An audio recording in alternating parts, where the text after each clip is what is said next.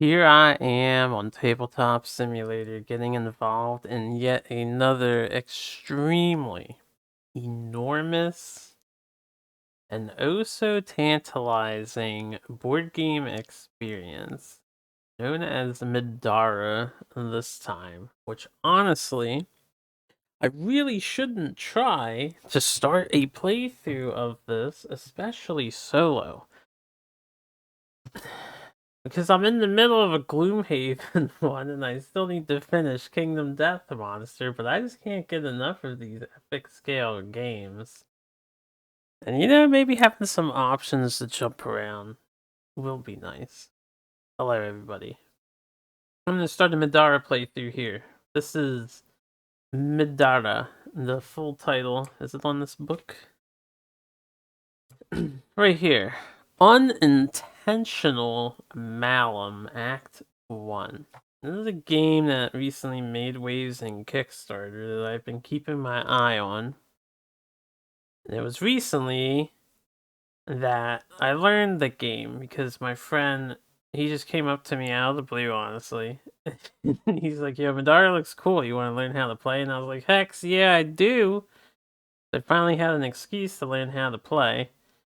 And we just finished, like, the prologue portion of this, so we're just getting started. I'm very new, but god damn it, I want to do a playthrough for YouTube. So, unfortunately, what I'm gonna do, I'm gonna be... what's it called? I'm not gonna upload any of this until I'm done. I'm gonna say that right now. Until I lose or win at the board game. Or reach some kind of complete ending, because this game, if you game over, you can, like, replay. If you don't know anything about Middara, that's okay. You're gonna learn, just like me. I just want to preface this with, I'm still learning, and I do want to quickly say, man, thank you to all the individuals that worked on this table. This is a nice table with some really nice scripts that will hopefully streamline the process. I still don't know the best way to do everything. I don't. But there's some nice stuff here, and I appreciate it. I'm sure many people do. Anyway, I'm not gonna go over things. We've got all this stuff here that I probably will never touch, because honestly, I know what some of this stuff is, but I feel like I shouldn't hit these buttons ever. I actually don't really know what they do.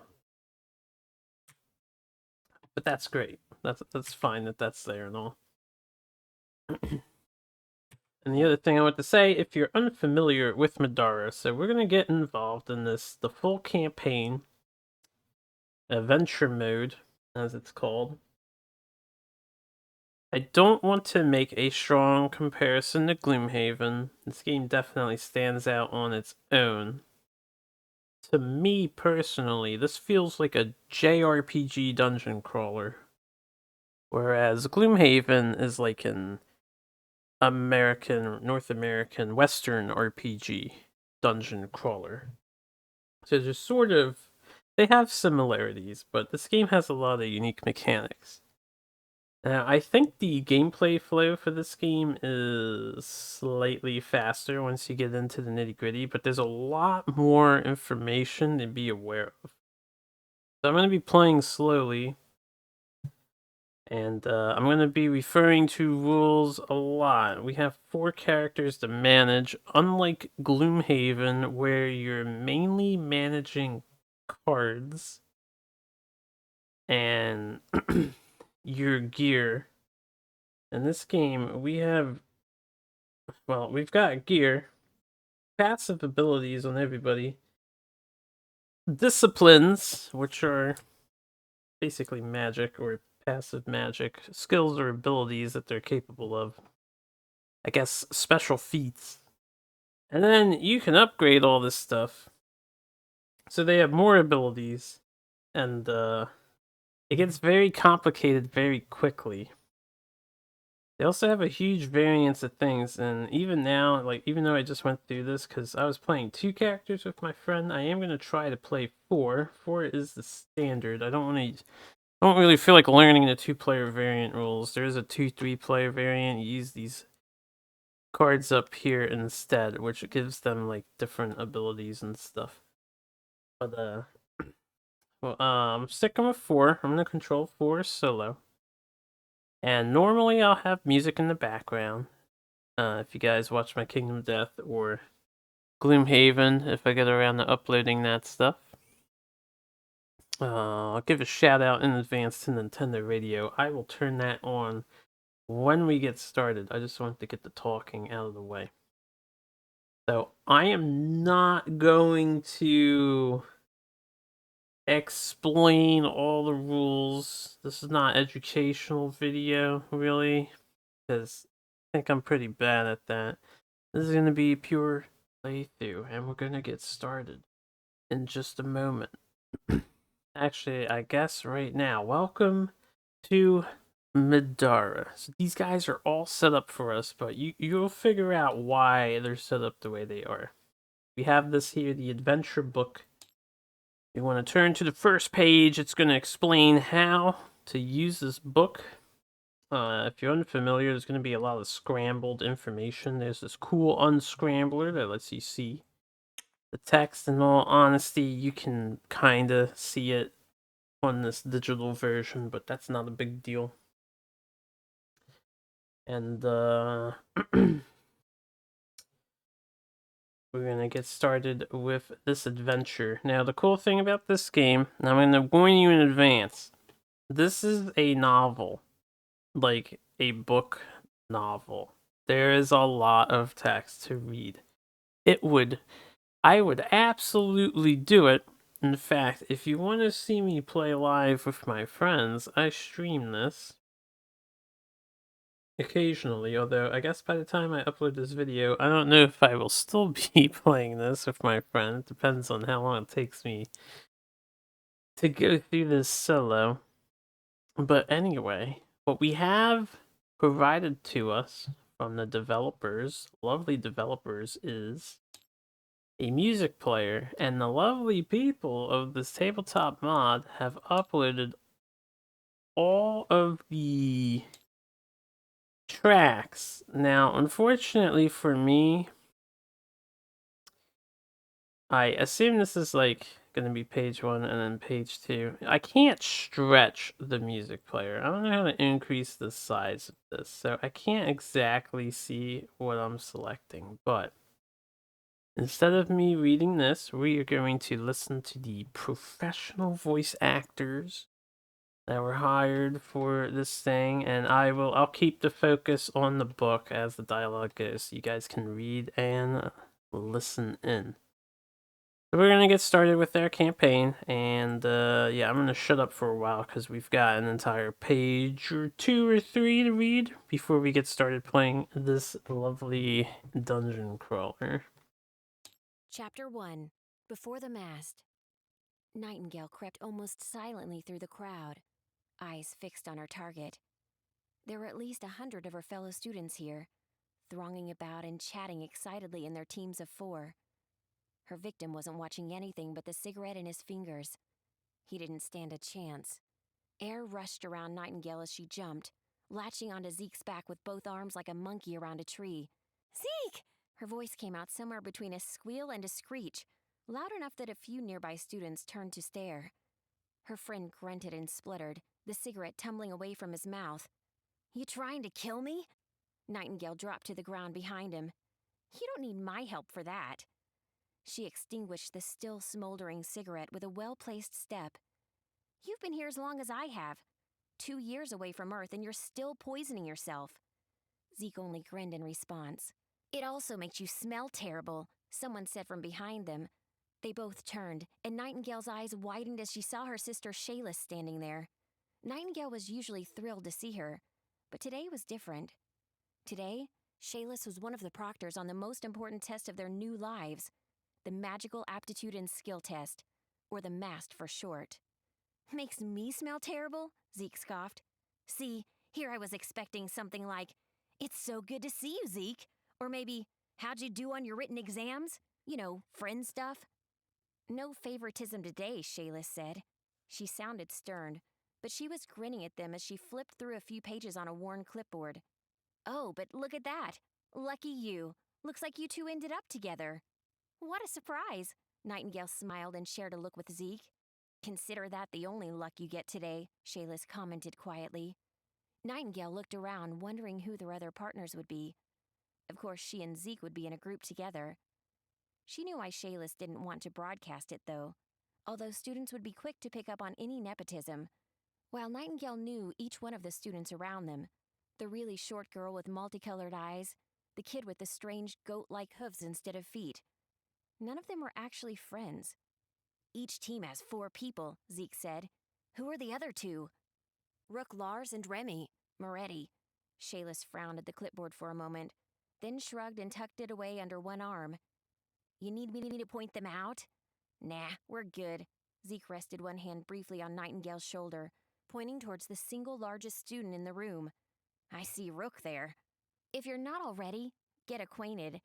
I've only got another few teams to assign before I explain everything." Shaylis walked away, vanishing effortlessly into the crowd. "Guess it makes sense. Rook's gotta be the smartest student here, and the best fighter in our class," Zeke said. They started walking towards him, Nightingale leaving it to Zeke to clear a path for them. She lowered her voice so that the other students nearby couldn't hear her.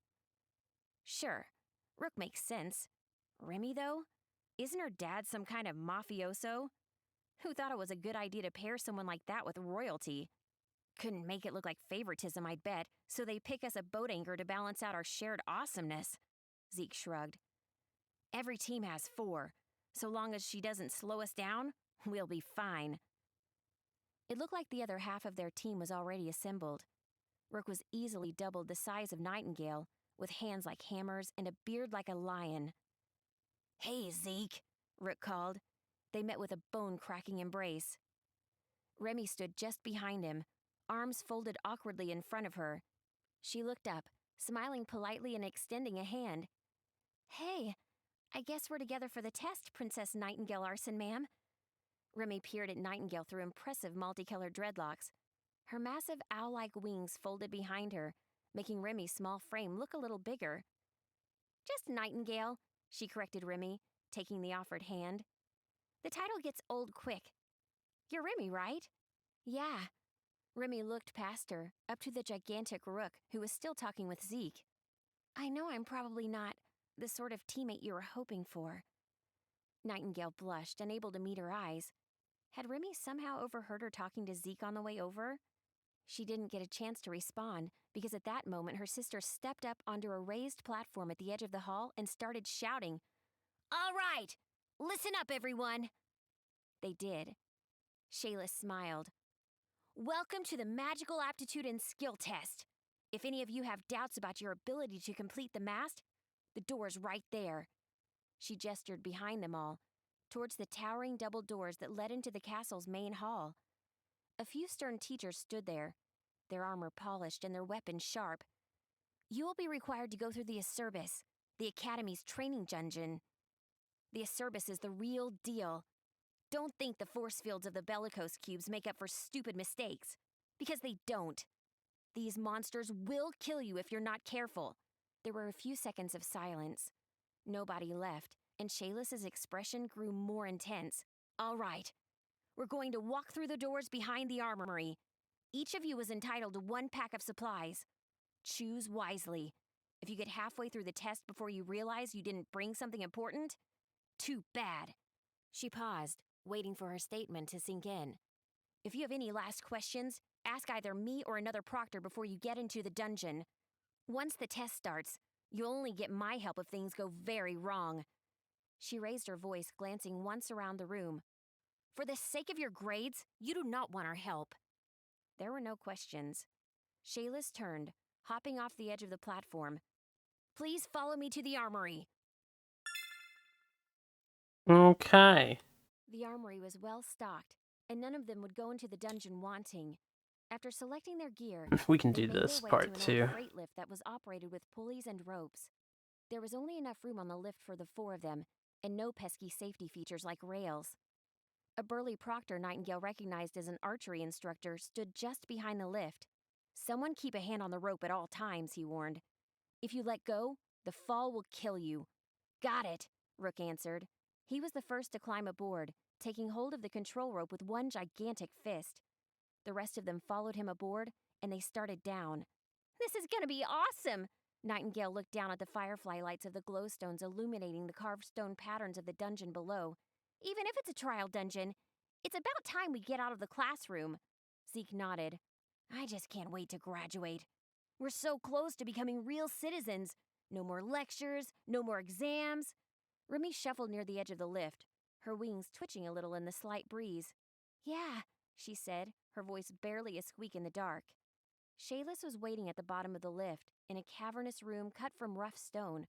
Several passages opened away in all directions. Down some of the tunnels, lights were trailing away, and voices were echoing as groups set out on their separate paths. "You ready, little sis?" Shayless gestured down a dark hallway. "That one's yours." "I'm ready." Nightingale drew her weapon and raised it enthusiastically. "Nothing down there stands a chance." "I'm sure it doesn't." Shayless smiled and reached out, wrapping one arm around Nightingale in a quick hug. Shayless turned, meeting each of their eyes slowly. "Take care of each other. Your team shares one grade, so your citizenship depends on it." With a nod, she tugged on the rope, and at once the rickety elevator started to rise. "Good luck." Zeke waved at her as she disappeared. He turned and headed towards the indicated pathway. His expression wilted as he got his first look at what waited for them. Damp stone, thick cobwebs, and the smell of decay. "Let's get this over with." They left the first room behind, the sound of squeaking metal pulleys fading into the distance. The stone was thick here, too thick to hear what any of the other groups might be doing. Soon enough, they were left with nothing but their own footsteps and the light of their glowstones. They didn't have far to go before they reached the first of the bellicose cubes. It was a small relic, only about a foot across, and set into the stone wall of the cavern. Intricate carvings of Kruer magic pulsed with red lights as they neared the basin at the front. "I always hate using these things, though I guess they've kept me safe in a couple of sparring matches." Remy frowned down at the cube as she approached it. "It's better than getting killed," Rook stated. "I bet the proctors put them here so that they have time to intervene if we're defeated by monsters, or if we suffer an otherwise fatal fall. Just make sure to attune yourself with it. Without putting in your blood, it won't protect you." "Attuned or not, fighting will still hurt," Zeke added. "I broke an arm while learning to use a sword. Guy cheap-shotted me." Rook nodded in agreement. "Zeke's right. I've broken other students' arms while learning to use a sword." He smiled at Zeke and then got serious. "Seriously, though, the cube will let us survive very serious wounds, but it doesn't make us invulnerable. Don't be an idiot." Nightingale winced as she cut her hand along the blade of her weapon, just deep enough that a few drops of blood welled up in her palm. A few drops fell from her pale fingers into the bowl. One by one they struck and boiled away, and the glow of the cube grew much brighter. For just a moment, she felt as though all the blood in her body was being tugged towards the cube. The strange sensation passed, and she got out of the way. They all took their turns before they could finally advance into the encroaching gloom. Okay, we'll pause it Off to a rough here. start. Right, we can read that when we get there. So there's a few audio hiccups. This is Tabletop Simulator trying to load this, but not bad. There's a lot of ad-libbing going on. Let me exit this music player. We won't need it for a while. I'm just gonna back up real quick. You get predetermined starting packs depending on your character. I'm going to introduce you guys to the characters for those who don't know or weren't paying attention. But we have Remy Moretti.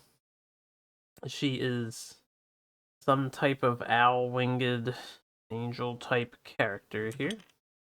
And her special abilities that I'll go over real quick. She's got the Shady Training. You can exhaust this power.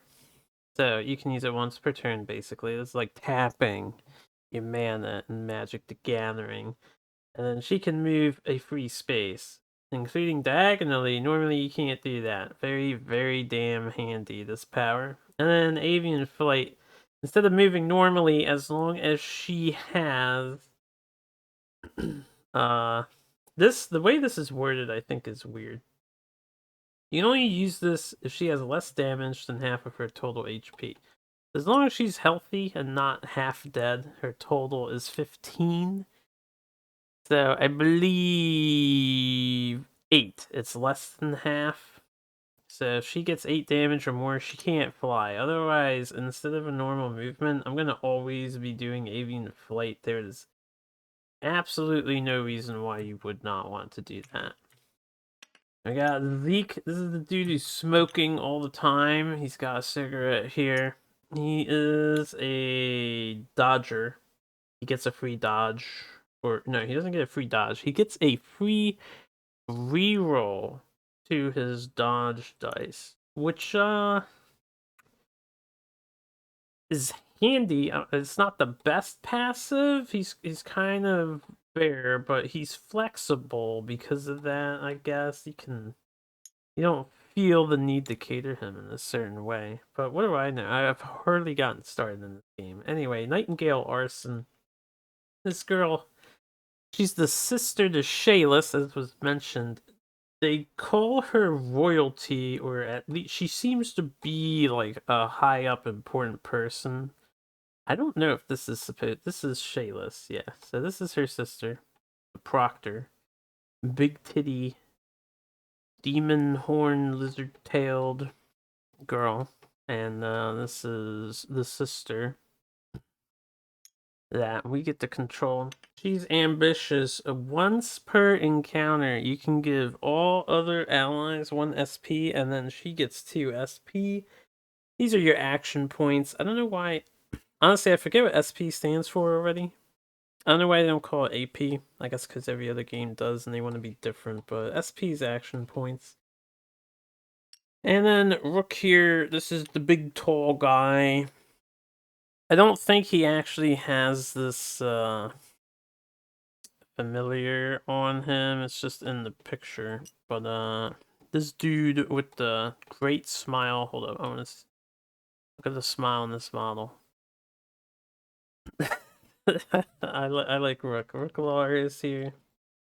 He has a few things going on. Grand physique. If he looks like a tank, it's because he's kind of kitted to be a tank. His unmodified max HP is 14. Honestly, I don't know why this has to be written here. I find it, like, it's just on the card. He's got base 14. If you look at everybody else, we have like base 12, and base 12. So he's 14. He's got 2 HP. He can equip an additional consumable item, which normally you can only carry 3, and this boy can carry 4. So that's important to keep in mind. And then Rook ignores the negative to movement from the first instance of heavy he has equipped. TLDR, heavy keyword, which we have somewhere. I know he's got something that's heavy.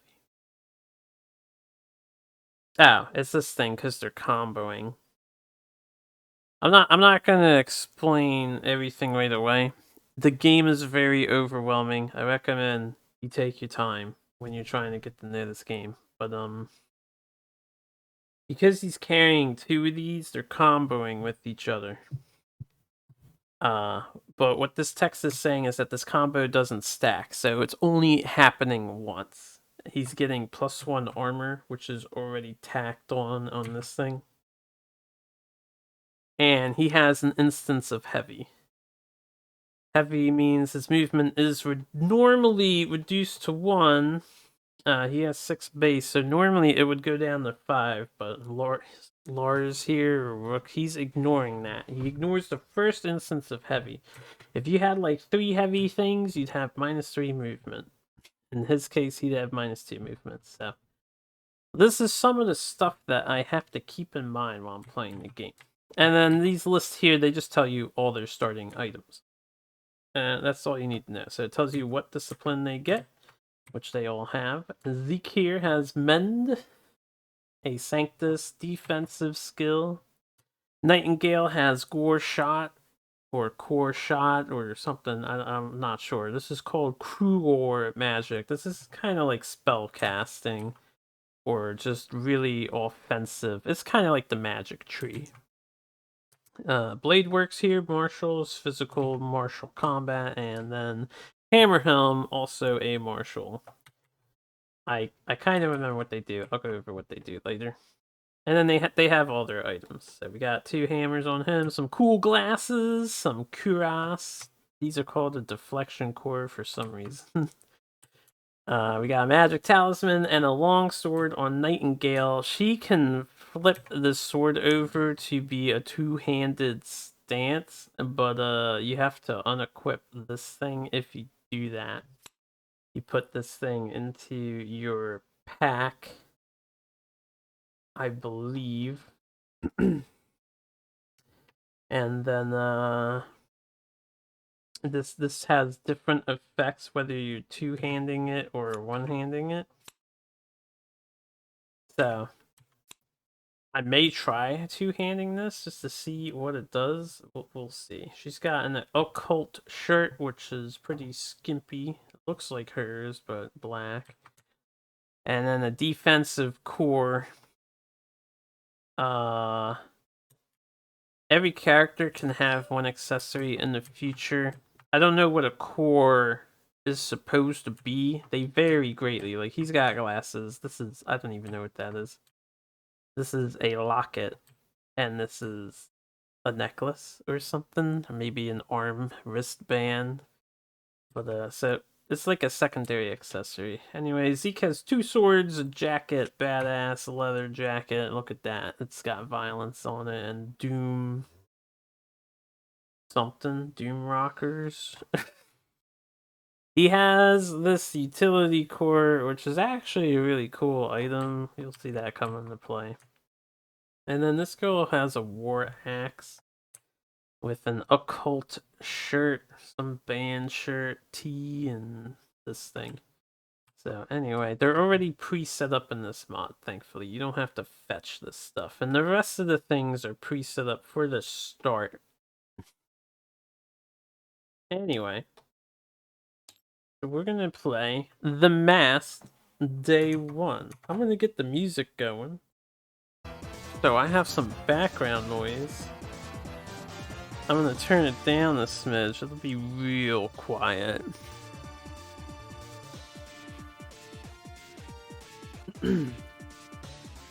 Alright, The Mask, Day 1. The damp, cold air of the cave chills you to the bone. As your eyes adjust to the dark, you see the faint outline of a large rock blocking the path up ahead. It looks as if a strong push could send the boulder careening into the pits on either side of it. In any case, it looks like the only way forward. So what we're gonna do, we have set up rules here, end win conditions, special encounters, rules for this. I'm gonna go over this all real fast. So this is like your overall dungeon page. This map shows the layout. We can hit this cool button here, and the absolute gods that have worked on this game have it all set up just like that. Here, give me a second. I'm gonna tab out real quick because I can turn down my headphone volume. Image. Alright, so the map is set up for us. This is The Mask Day 1. This counter here, you're gonna see a counter. This is the north compass direction. This is just to help you orientate, because sometimes the maps expand, which is really quite ingenious how it works and very fascinating. This tells you the type of environment it is. Currently, this means nothing in the game, according to the rulebook anyway. Maybe in the future it will, maybe it never will. So, the setup is all good. It's done for us. We need to set up our characters within the starting zones.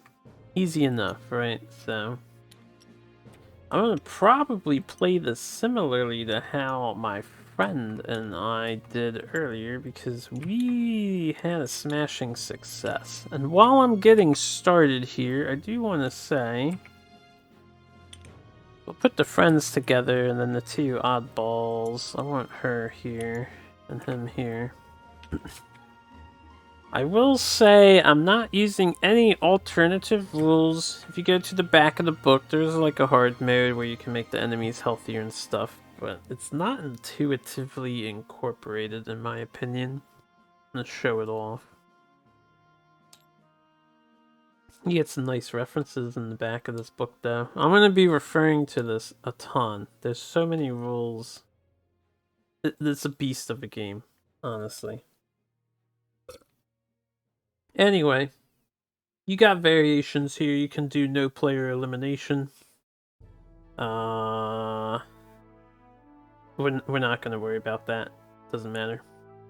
You can make the game easier. You can respec your adventurers. I'm not going to do that. I'm going to live with all the decisions I make on this playthrough. No respecing, unless something in the game tells me I can, but I don't think so. Difficulty tweaks here. Yeah, you can make it like easier. Or you can make it harder. So we're not doing any of these things right here. This is the thing I was talking about. If you want like true hard mode, I imagine you do all these. Nobody left behind is fine. Honestly, this probably makes the game a lot harder. I'm not gonna worry about that rule though. Because right now, based on first impressions, the game is not too shabby. It doesn't seem as punishing as Gloomhaven, but there's definitely some problematic enemies in a good way. Problematic like they're dangerous. So, and like I said, I haven't gotten far. So maybe the difficulty is actually just right in this game. I don't know yet. But you can do this. You can increase monster HP by 50% and 25%. This is bookkeeping I don't feel like doing. There's already a million things to bookkeep in this game. So I'm not going to worry about that. Random encounters. If you miss an attack roll, that is half. It's random counters, not encounters. There is a counter mechanic in this game. Some enemies can do it. It'll tell you if they can, and you can do it. If you fail to hit them so bad, they'll just counterattack you, which I can already say is super brutal. Maybe in the far future I'll try like turbo hard mode, but I'm not doing it now. And then Bound Soul. If an adventurer or their Esper is defeated, the Esper is like a summon. The surviving figure takes a blue cube of irreducible damage. So if you die, your summon's gonna get hurt for no reason. And that blue dice, that's a powerful dice. if you understand this dice mechanic, they like go up in strength based on colors, and blue's up there. It's getting up there. Anyway, there's a 5-player, 2 and 3-player rules. Alternate rule for dangerous terrain. I'm going to tell you guys right now. There's terrain types, and you see this white? This is dangerous terrain. If you enter it, and if you end your turn in it, or get pushed into it, or pulled into it, you instantly die. This applies to you and monsters. So dangerous terrain is like insta-death spikes in Mega Man. Which is fine. I haven't read this, but I assume... Yeah, okay. This makes it not instant death. Anyway, I just wanted to go over that stuff real fast for no particular reason. So, we're gonna get started here, and we're ready to play. I'm just gonna, firstly, hit the shuffle button. Every turn... it went in this order. That's funny. Every turn in this game, you shuffle the initiative, so you never know who's gonna go when, really, unless later on you get ways to manipulate this. So Remy's going first. That is pretty good. We're gonna come down here, These buttons are very useful to keep track of our total overall stats. And I didn't mention it, but we're on the first turn of a dungeon. We do not gain additional SP on the first turn. Everyone starts with whatever their red dot is on their card. So these four basic adventurers start with 3, and this bar up here is how we're going to keep track of how much SP I have. One thing I haven't figured out, and maybe I don't think there's a button for doing an attack. There's a button for casting your spell, but not doing your attack. Oh no, actually. Ah, this is just a reminder. Okay. So those reminder tokens are great. This is like an overview of your character with all this stuff accounted for it. So they should be set up correctly. I haven't changed anything. I guess, for example, she has 15 HP, right? We have 12 because of this, and we have plus 3 HP because of the shirt.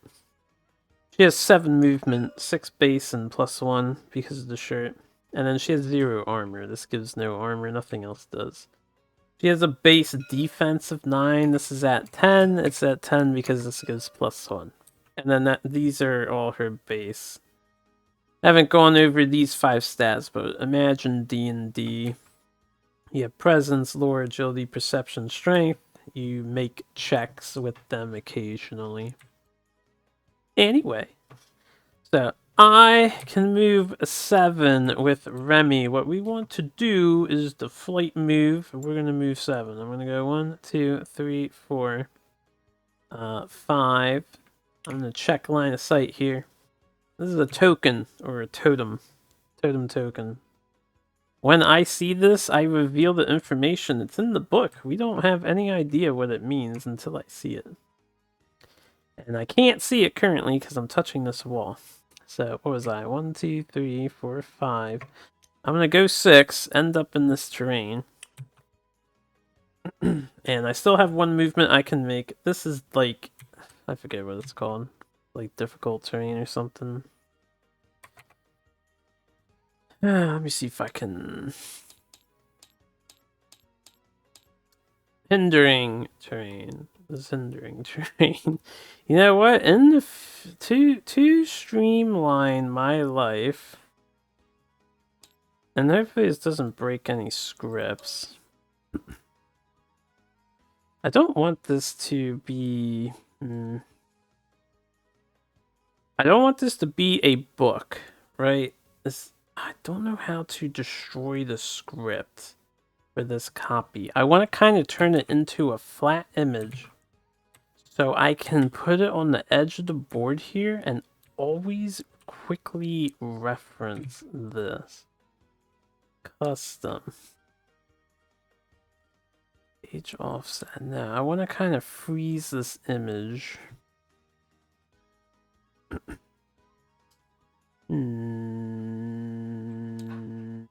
This is the entire Dropbox for the PDF. I guess because it's listed as a PDF. I don't know how I would change this to a full thing instead of a book, but maybe it won't matter. Essentially, I want this to take up less resources, so I'm going to put it here. Right there is fine. Because we're going to be referencing... I'm going to need to reference terrain often. Anything else I feel I need to pop out, I'm going to just start adding pages to the left. So I can quickly reference them. Anyway. I can see this now. So there's a line of sight system, the way line of sight works. You go from the middle of your character to the middle of your destination. If it crosses the exact middle of a square like this, you get to choose which terrain you're looking through. So I could choose to be blocked by this, or I can choose this. It'll come into play when you're shooting through terrain like this and other things. So I'm going to choose that I can see the totem here. And before I forget, we spent 1 SP to move, so we're at 2. And we have a blue totem. As you approach the boulder in the path, right? I didn't go over this stuff. Let me finish the totem. This red dot is a rock, and I can move the rock basically for an action point. As you approach the boulder in your path, a scurrying sound echoes from the other side of the chasm. Spawn 2 cave sickles on any normal terrain space adjacent to the blue totem. Your heart sinks as you hear skittering coming from behind you as well. You whirl around and find yourself facing 2 more cave sickles. Spawn 2 cave sickles on any unoccupied normal terrain space on the south side of tile UM11. A little bit complicated, but we can manage this. Let's do one thing at a time. First of all, we're spawning 4 cave sickles. What the hell is that as a monster? I don't know if there's a button to spawn the monster, but I'm going to do this the way I did it with my friend. We're going to open up this bag. This is a bag of all the monsters. Try not to spoil yourselves. Have to wait till it loads. It's actually quite resource intensive, this mod. We have cave sickle 1 to 3 right here. This represents 3, and we're going to need 4 to 6 too, because there's a 4th. So we're going to bring them out. I'm going to leave these on the side here. With a little space in between, like so. What we're going to do is click a button, and then click it again, and click it again. And then we're going to click a button here. They get these initiative cards. They are counted as spawned monsters. Whenever monsters spawn, and cave sickle 1 and 2 spawn first, they're immediately placed after the person that spawns them. And if they happen to be spawned in between turns, I guess, like no one's going and they happen and the end of turn effect, they would be the first thing to go in the next turn. So that's not how it always used to be. This seems to be a changed rule. So we're playing with this rule. I'm honestly not sure what the current rule is. I've seen a PDF on the internet that's different from this book. We're playing with all the rules in this book because I believe this one is up to date. I know there has been updates. See the rules. There's been errata. I don't have errata memorized, so I'm just playing with everything that's in this book and hoping it's as accurate as can be. So we have a bunch of cave sickles, and I'm going to set them up by the rules of this thing. So the first 2 are on any normal terrain space adjacent to the blue totem, so you get a little bit of leeway. And for anyone curious, adjacency includes diagonals, so it's 8 spaces around the number. Not the number. If you look at a keypad, the 8 buttons are around the 5. So I'm just gonna put them right here like this. No big deal, no reason not to. The next thing we're gonna do is cave sickle 3 and 4. These little bug things. Which I'll go over their AI card in a moment. These guys have the more complicated rules. So first we want to find tile UM11, which is the one on the left, UM11. And these guys are spawned on the south side. Any unoccupied normal terrain space on the south side of UM11.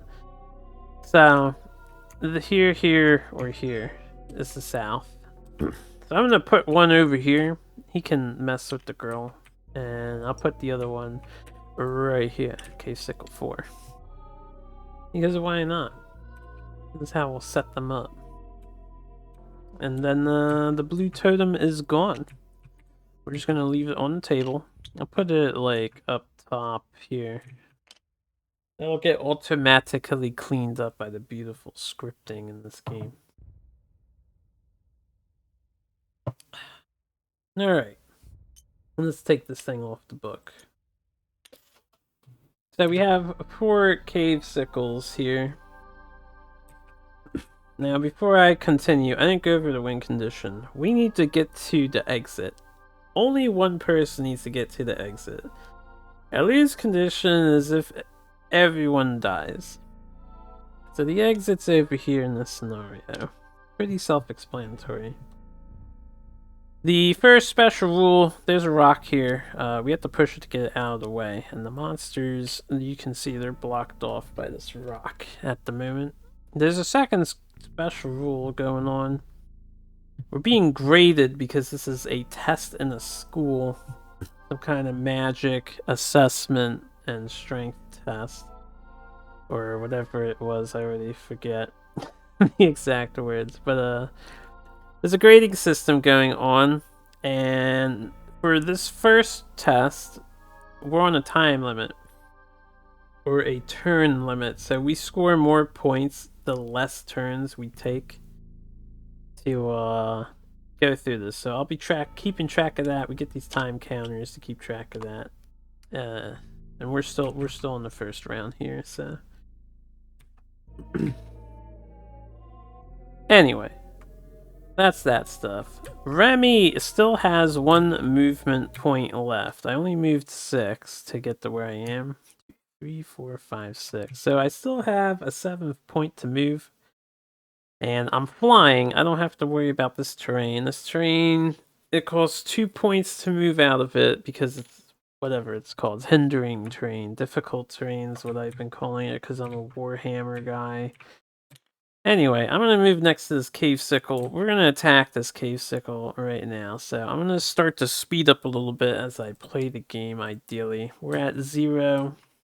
We're going to use my war axe. It gives me 2 white dice to throw. And then I'm going to try to hit this thing. So let's pull out some white dice. This is like the second, not the worst, but second to worst dice in the game. We have a 6 and a 2. With the 6 and the 2, we have an 8 total. We're looking at the numbers, not the symbols. This guy has 8 defense, these cave sickles. I guess we're looking at this card. We need to tie or beat this number to hit it. It's like an accuracy check. So I did hit it. Now, if you hit it with a much bigger number, you actually do damage to it, which is what I would like to try to do. So I have a thing here. We have our martial skill. Hammer Helm. It's currently giving me a passive. This passive is always applied. That's, that's great and all. Gives me an extra damage. I can tap this though. I can exhaust this skill. And when making a melee attack, if I have a 2-handed weapon equipped, I may re-roll any dice in my combat dice pool. Excuse me. I'm going to say right now, I have absolutely no reason not to do this. Because at the beginning of every turn, you untap all exhausted cards. I'm going to double check that real fast. And this is a big part of the game.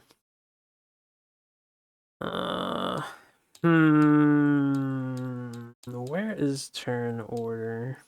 It should be like after this, yes.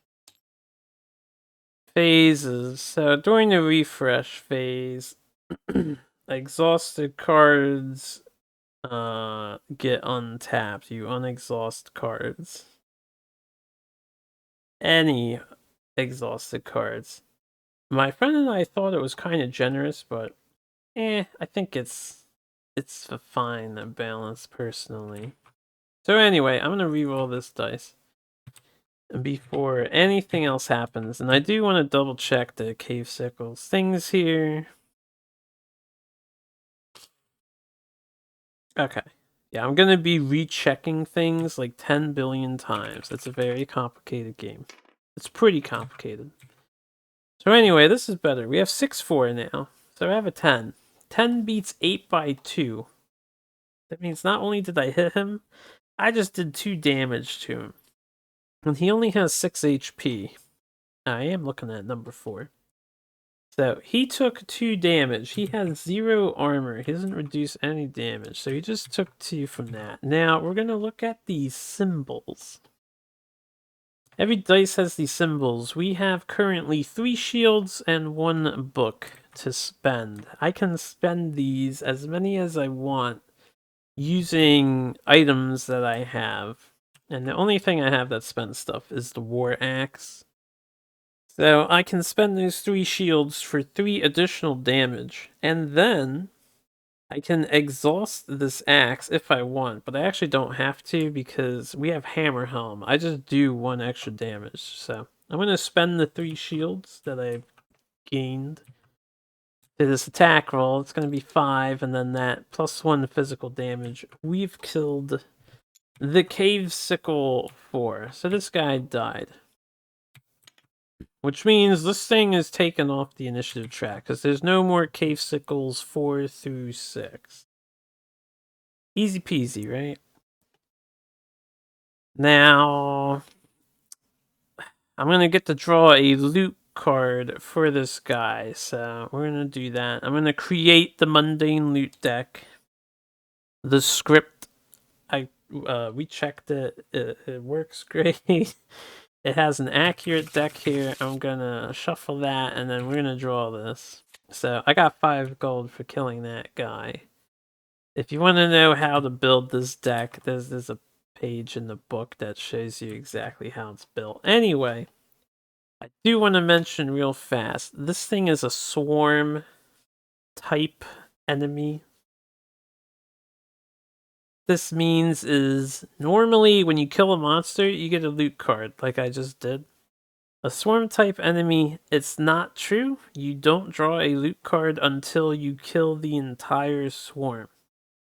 He's a part of the 4, 5, 6 swarm, so I get a treasure for him. I'll get 1 more treasure when we dispatch these 3 down here. Something to keep in mind. Anyway, Remy's out of SP. So we're all good to go. I can do shady training, however. Which I think I will do shady training. Let me do some calculations here. These things will not be able to get to me.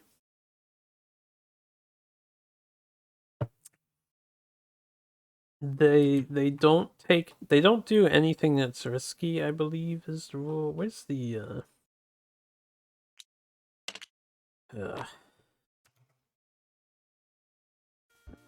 sorry, music was paused. Where is the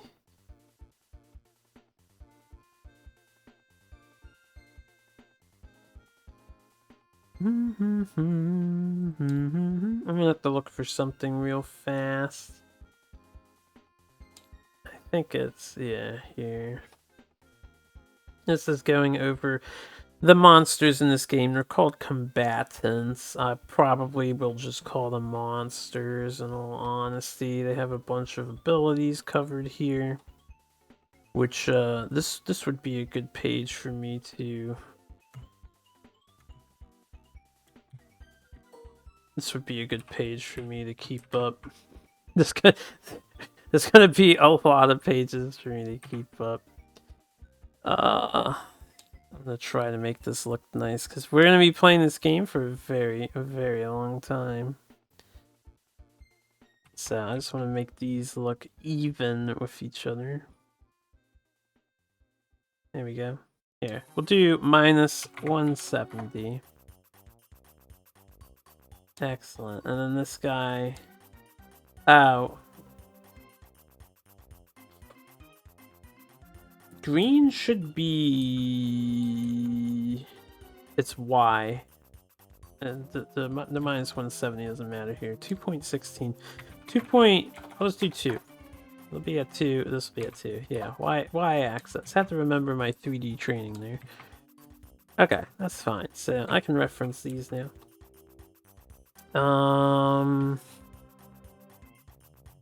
What was I talking about? Oh, right, I want to refer to their movement. They don't jump. they won't try to jump this gap because they don't like to do things that put them in danger of dying. And if they failed the jump check, they would die.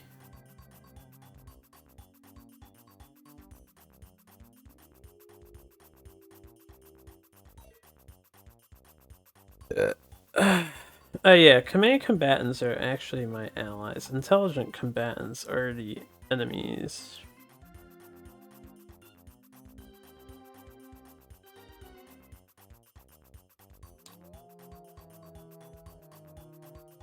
And this is going over their card. Actions, abilities, AI steps, move actions. Yeah, they'll do nothing if they don't have something. And then there's this. Hurting themselves.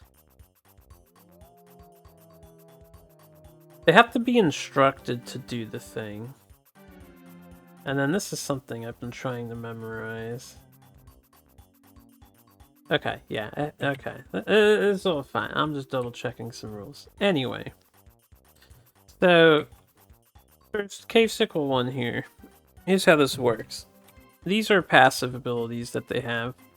Cave Sickles are immune to poison. They ignore terrain rules. So like this green terrain, if there was water, they don't care, because water and green terrain makes your movement cost 2 to walk over. Or walk out of, as this game calculates it. They don't give a fuck about that. And then they have Hive Mind. It's like for every other cave sickle that's within 4 tiles of them, they get powered up on their attacks. So that's fine. Anyway, let me run down this list. We try to, if you ever play King Death Monster, we're checking AI actions. They're gonna pick one, do one, and then that's it. So, is there an opponent adjacent? No, there's not. He skips that action then. Is there an opponent within range 4? 1, 2, 3, 4. No, I'm out of range. So he skips that action. Can it move and then attack an opponent within range 4? That might be true. He comes here. 1, 2, 3. No, he's still a 4 away, and he can't. He's not instructed to jump the gap, and he can't go through this rock. So he's gonna stand there and not do anything. He skips his turn, basically. If I had attacked him... Sorry for the info bomb. If I attacked him and he skipped his turn, he would get this aggro token put on him. This is like it's a protection mechanic. So this token basically says if they don't do anything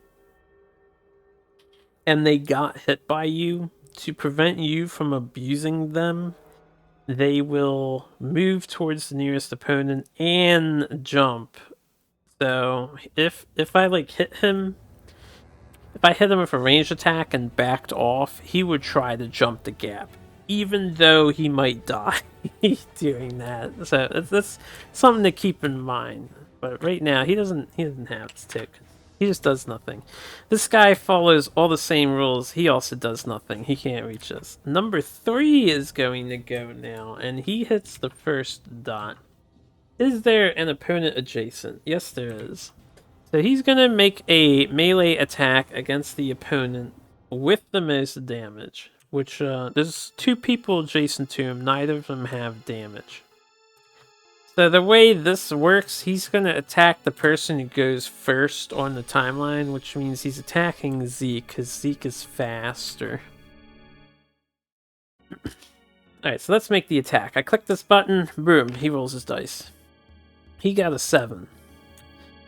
He needs to beat my defense score as Zeke, which is a 10. He failed. So he missed me with his attack. And nothing else happens. Because he did not deal damage, he doesn't make a foo. Foo stands for follow-up. Basically, he would do like an attack and then attack again and then attack again if he hit you with the first one or the previous one. So thankfully he missed. I didn't even need to dodge. And yeah, that's his turn. But since he just missed me, I can make a counterattack. And I think I am going to make a counterattack. So I'm going to spend 2 SP. I did not dodge beforehand. I'll talk about that later. But anyway, we're going to do a counterattack. So we have 2 short swords. They're purple dice. They have this combo rule though. The way combo works, if you have any other piece of gear with the combo keyword, this is light, this is light. So it doesn't count itself. So like this sword is feeding off of this sword and this one on this one. Then this ability is true. I can tap these to reroll a combat dice if I want, but the more important thing is they both give each other finesse white. Finesse means you replace your combat dice with the new color. White's better than purple, so we're gonna roll 2 white dice to counterattack this bug. Oh, it's a mouthful. Anyway, we have a 6 and a 3, so that's a 9. We know their defense is 8, so I do hit him. I would like to try to improve this, though. I'm going to exhaust my sword by tapping it, and I'm going to reroll this combat die. Still got a 3. I'm going to do it again. Because if we get a real high number like that, we can kill this guy pretty easily. So we have a 12. 12 on 8 is a difference of 4. So we did 4 damage to... What are you, number 3? Alright, he took 4 damage. Now, I don't have anything fancy that deals instant damage, but our swords can spend Starbursts, and for every 2 shields, they can spend to do 2 damage. Now, I want to specify something here. I have 4 shields, right? So every 2 I spend, I get 2 extra damage for this sword. If I spend these 2 for this sword, it does not activate this sword. It's a very important distinction. So it's not like I'm spending 2 to do 4 extra damage. I can only spend 2 to do 2 extra damage, you know? Like this one is spending this dice. So these are no longer here to be spent by this. They don't stack in that way, which is a question we had early on.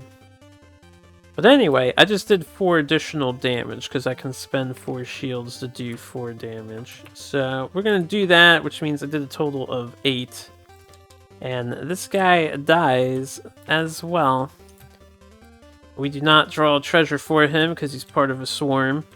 And he be dead. That is good. And that was the Cave Sickle's turn. Zeke is going to get the go. I have 1 point left. I'm going to spend it to move. We're going to go 1, 2, 3, 4, 5 to get into this terrain. And then I'm going to stop because I need... I would need 7 movement to get out. I only have 6 movement. Not 7. I can't get off this terrain. While you're in this terrain, though, it does protect you from ranged attacks. Anyway, so that's Zeke's turn. Nightingale is next. Miss Nightingale Arsene. Now, I could have her use her ability, actually, if I want to move. Unfortunately, I have the advantage that I know a few things for the first 4 encounters. Because I played them with my friend. Which is, you know, it's all well and good. But this scenario is as short as it seems, so I don't have a reason to hold on to her ability. We can play very aggressively here. I'm going to...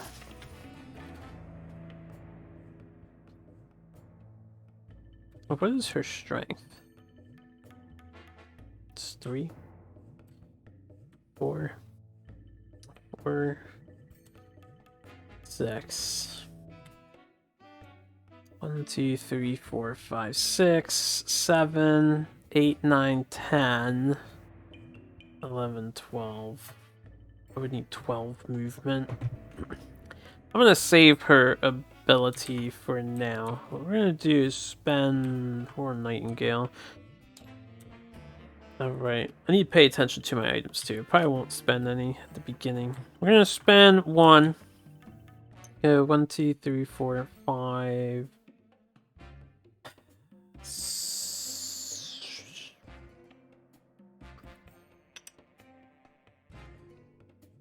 I'm gonna stand there, and then she's gonna hold off on her SP. So if you don't spend your SP, it will build up over the next turn up to a maximum of whatever this says the maximum is. I assume is always 5 actually, because this sheet doesn't have a button to add or subtract SP, but I don't know. There's a lot to the game I don't know. Anyway, she's gonna sit tight. Let me just double check. She gets a lot of free dodges. Oh yes, this thing too.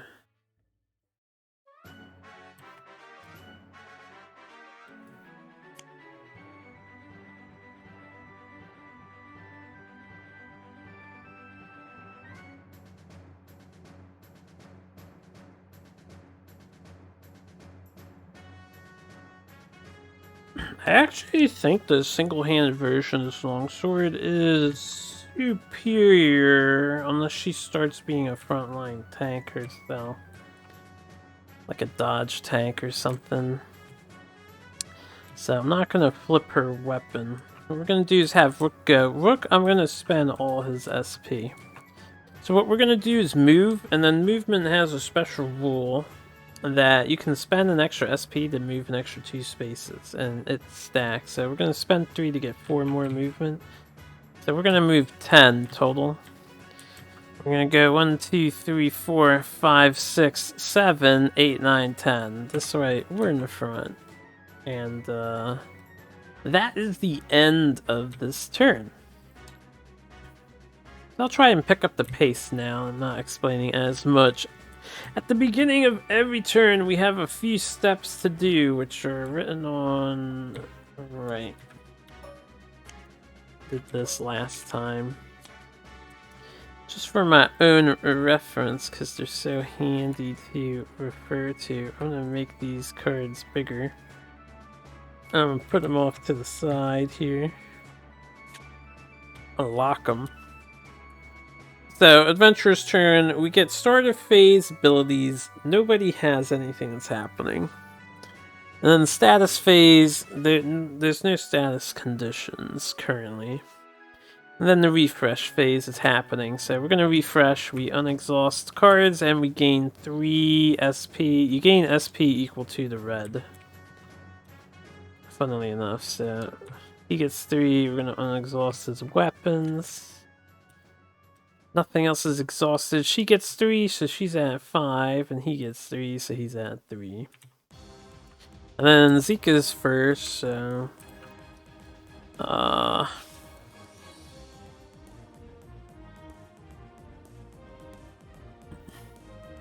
Wait, Zeke has some decent strength here. There's a strength 10 check I have to make. I did not mean to do that. Strength 10 skill check. Yep. Alright. 1, 2, 3, 4, 5, 6. So I can do this. I'm gonna spend 1 SP on Zeke. I'm gonna go move 6, which takes me here. If you move past an ally, it costs an extra movement, just like difficult terrain. And if they're standing in terrain, which is what I did just earlier, it costs an extra movement. So when Zeke was here and Rook went past, it took 3 movement. That's why my 10 was like 1, 2, 3, 4, 5, 6, 7, 8, 9, 10 to get here. It's +1 for him, +1 for the terrain. So I'm getting out of difficult terrain. That's 1, 2, and then this is 3, 4. 5, 6. I'm gonna actually move here. We're still adjacent to the rock. Diagonals being around a thing is adjacent to a thing. What I'm gonna do is spend an SP. We're gonna make a strength check. So doing a check is easy. You get 2 purple dice. It's baseline purple unless you have some kind of modifier. And then you add the numbers and whatever your skill is. So I got 4 plus 5 plus 3. So 4 and 8 is 12. We tie or beat 10. We succeed on the strength test. What I can do with this rock is move it in any direction, any of the 8 directions. And there's something I want to see. I could just toss it into the abyss, but I'm gonna look at the rules for pushing. This isn't really a push action though. Hold on, let me double check this. Oh, it has to be unoccupied. Okay, I can't push this into the book, so never mind. I think if I had a push skill, you can like knock an enemy into an enemy or your ally into an enemy and it'll do damage to them. But we're just gonna throw this into the abyss, so this is deleted. We'll leave it up here. And I have 1 SP left, but once you make a movement action for the turn, you can't do it again. You only get 1 per turn. And you have to do the whole movement before you can do anything else. So I can't go back to... I can't, like, spend an SP to add 2 extra move. And I can't spend my spare movement I had. So we're just going to sit tight. And save that SP. Up next is Rook. Oh, that's pretty good. Rook's gonna move, that's for sure. We're gonna go 1, 2, 3 right here. We're gonna have to stop here because if I move closer, it's gonna count as a break attack. I think. Hold on, let me see if it does count as a break attack. I need to double check that rule. Page 73. Memorize that page because that is the lovely, lovely index. Break attack 44. Okay. Break attack. Yeah, this is just a line of sight thing. At any point during the turn, the figure would leave a space that is adjacent to an opponent to provoke a break attack. Yeah. So, basically, if I would leave this space because I'm next to him, he would get an attack opportunity on me. So we want to stop right here because I don't want him to hit me for free. Or try to hit me for free. Anyway, we've got Warhammers, so I'm going to spend 2 SP and do an attack here. I can exhaust a Warhammer to empower my attack, and I think I will. We rolled 2 white dice. I don't have anything else fancy, and their ability doesn't really help us. It's just giving us an armor. Also, I have these men tokens here for my ability. I need to remember that. We get 2 white dice. So, what I just did, empower. Only, you can't stack empower. Once per attack, you may add this black dice to your attack or spell. And if you hit the skull, your attack completely fails. If I get shields, for every shield I get, it increases my number. But these shields cannot be spent with this. I believe that's how that works. What is empower? Empowering. Empower. Right.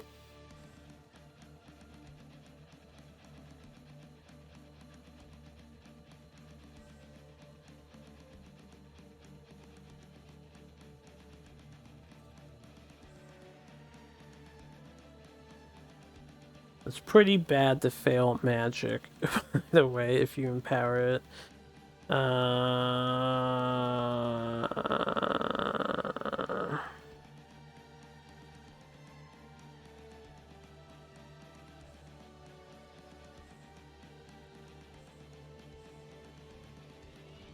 Okay.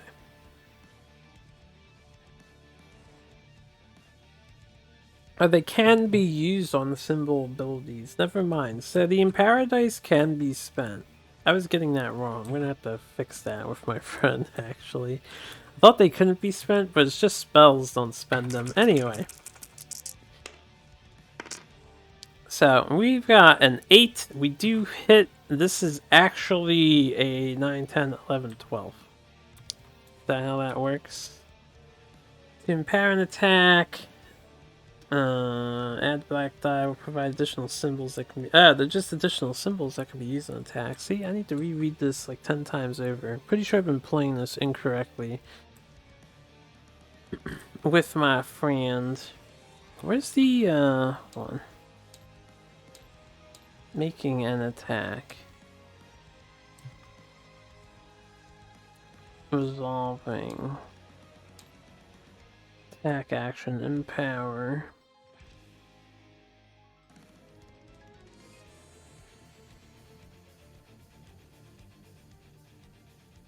Okay, I guess it just adds to my thing. So 6 and 2 is 8. We hit the target, thankfully. 8 on 8. And I got a ton of shield icons. So since it's 8 on 8, I did 0 damage through the attack raw.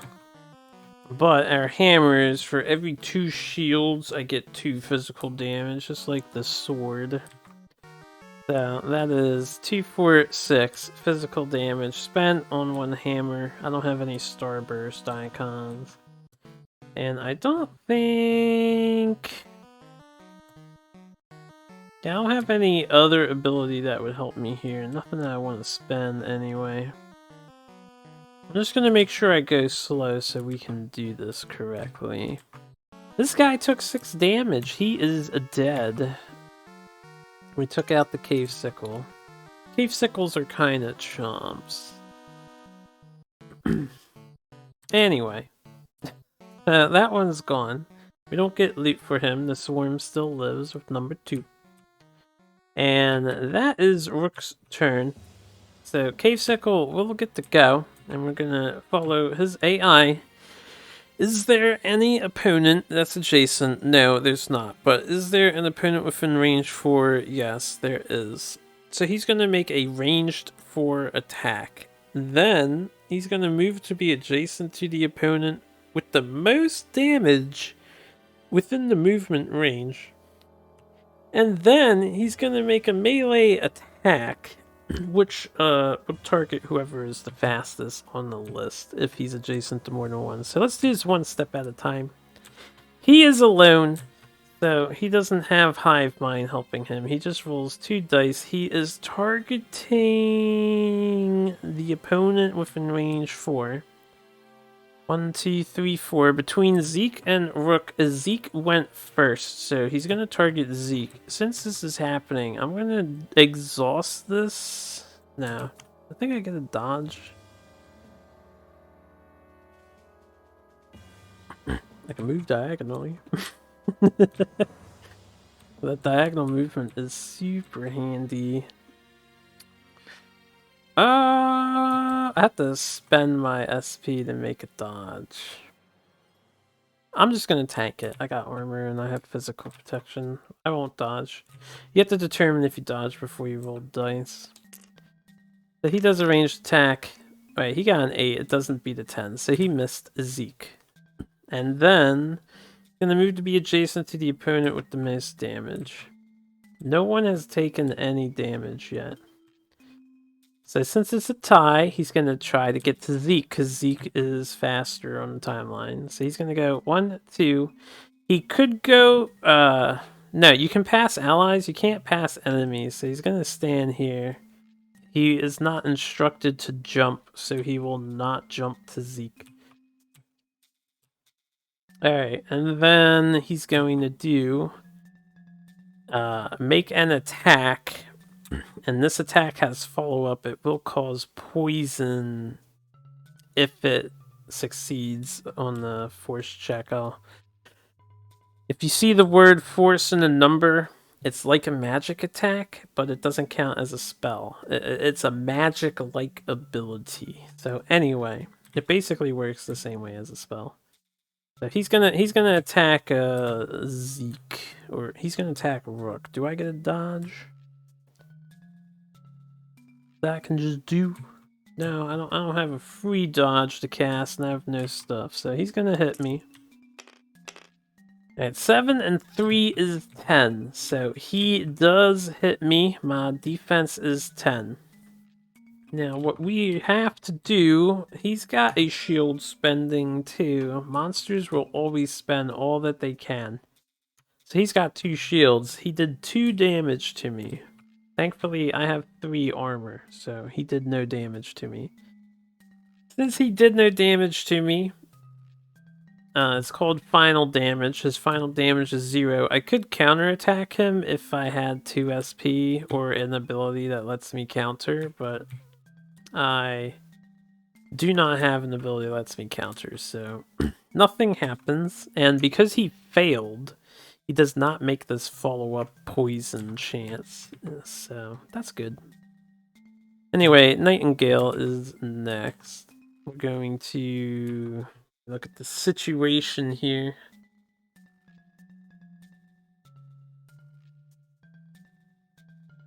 I don't have any ranged weapons. I think we're just going to end up waiting till next turn to do stuff.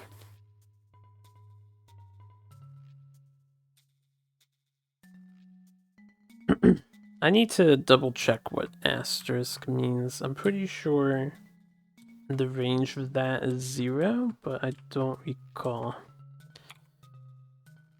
Where's icons?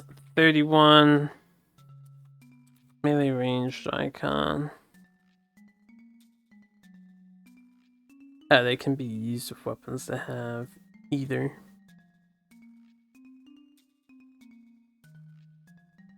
And if you had 2 of these, they're both considered melee. I don't think it has a range on it. 68. What did it say for icon page? 31. Oh, scaling icon should be 68. That's just for the pets. Alright. I hate to do this. I need to take a little bit of a break. Gotta use the bathroom real fast. We will be back. I'm gonna finish this scenario, and it's only been about an hour and a half right now. So I'm probably gonna continue on to the second encounter as well. This one is close to wrapping up. I have to wait and see how long it takes. Just give me a minute. Feel free to skip ahead as usual.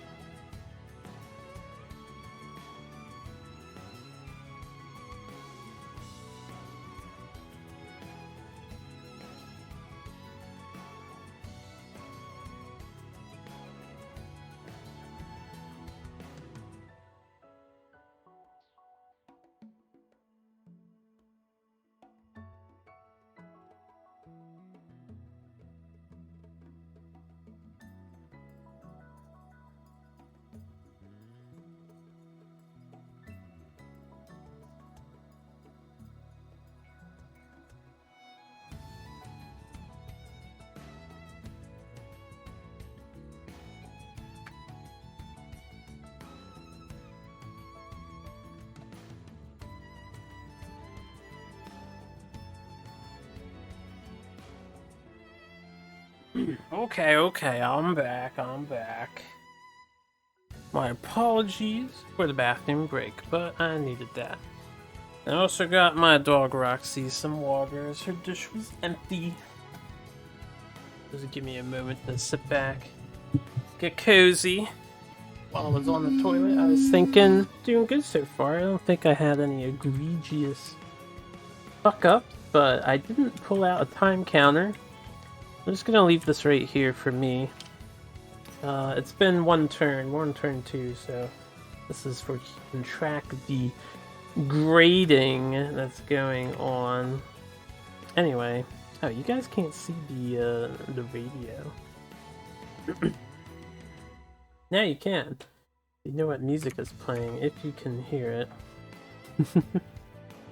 Anyway, it's Nightingale's turn, if I recall. So, we've got this thing here. This thing means we always empower. And, it does some interesting things as a weapon. We can't really do much. I'm gonna spend an SP here.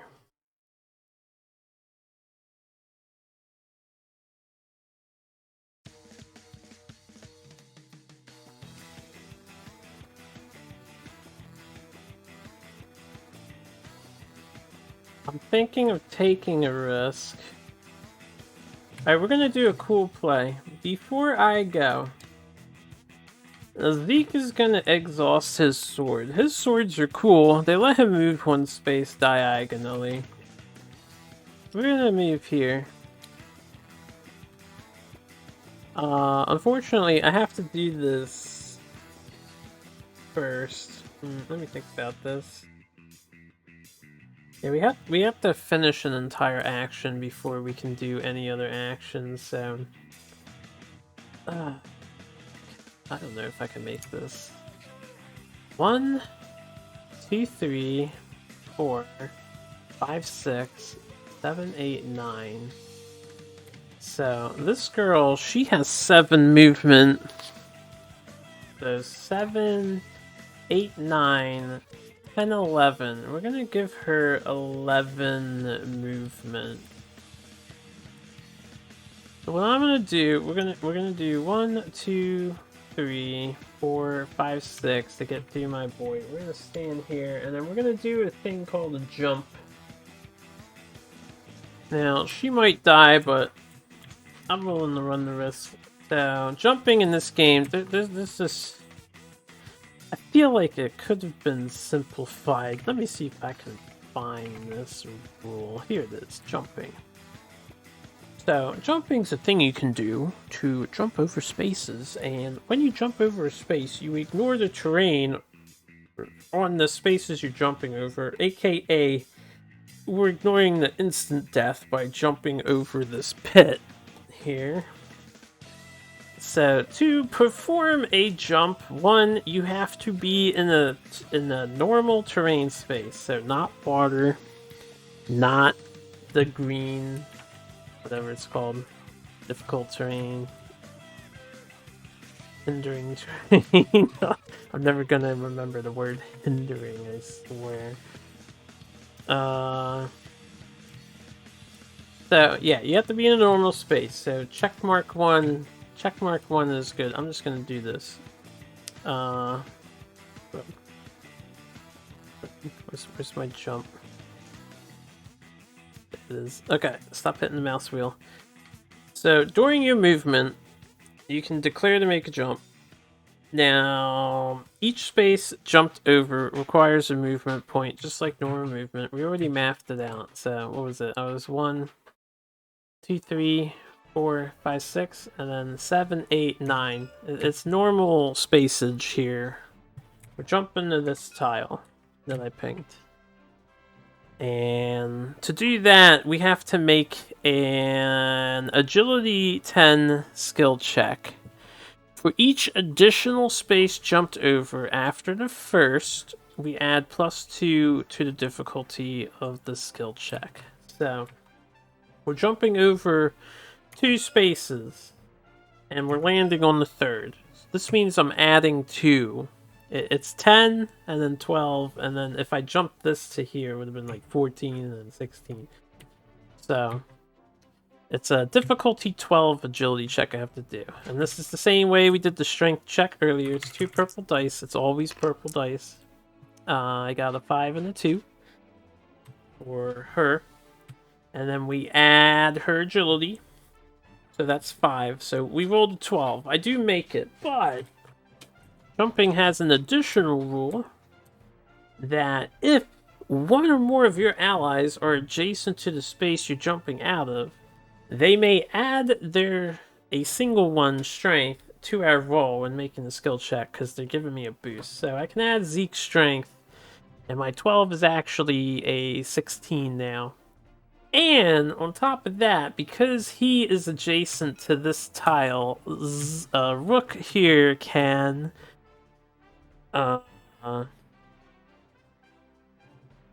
try to catch me if I fail to make the jump. If an adventurer fails the skill check and an ally is adjacent to the space they are jumping into, the ally can attempt to catch them by making a perception skill check with a difficulty equal to the agility check that was failed. So this guy would have had to have made a perception check of 12 if I missed. Which his perception is 2. Not very perceptive. So, it's a good thing I didn't miss. Anyway, we succeed. I jump here. So, all is dandy. Now, the jump rule does not proc a break attack because I'm passing this space that this guy's next to. We don't have to worry about that. And then I'm going to have Nightingale just do a basic attack with her 2 weapons combined. So, we have a white dice here. However, it's actually an orange dice because it has combo light. And this thing is light. So it's comboing with the talisman and it's turning the white into an orange. Orange is a pretty good dice. Probably the best we've seen so far. And then this thing is a purple. So we get a purple for that. Now, this thing also has this passive effect. When I make an attack, it has to be empowered. So all of her attacks they have a chance to fail, a 1 in 6 chance to just not work, but you know, we can't let that scare us away. And I don't think there's anything else that I'm doing, because I will do this later. So this is her basic attack setup. Now, we don't have a sword in the other hand, or a long sword, so we don't have these other combo abilities. We only have the finesse. Okay, very good. So we rolled a 14. Wow, we just cremated this bug. We rolled a 14 on the cave sickle. He's an 8, so that's 6. A difference of 6. We killed him with the difference alone. But for anyone who cares, we have 6 shield icons. For every 2, we get 2 extra damage. We also have 4 book icons. For every 2, we do 1 magic damage. So we just did 6, 7, 8, 9, 10, 11, 12. 12 physical damage. Physical damage is reduced by armor, the helmet icon, which enemies may or may not have. This guy has no armor. Magic damage is not reduced by armor, so it basically bypasses armor. So we did whatever I said physical and 2 magic as well. So pretty good, pretty good attack. Anyway, we killed a cave sickle, so he's dead. And the great thing about him being dead, I should get used to putting him up here. He's the last one of the swarm. So she draws a mundane loot card. And we get a monster loot. Alright, this is one of the weirder things. There is no easy way to do this in this tabletop mod, as far as I know, and this stuff is not named or tagged. This is the other one. So we have this list of monster loot. It has the monster names on the bottom. What we want to do is take the 3 that say Cave Sickle. These are the... most monsters have like 2 or 1. Cave Sickle has 3. We put them in a pile. You want to shuffle it. And then the way this game works, because everything has an icon on the top, as you see, you actually draw the bottom card, and because you can like see what's on the top, and I'm trying to not subject my brain to getting the thing I want to get out of this, I'm actually going to create a bag. This is going to be my random draw bag.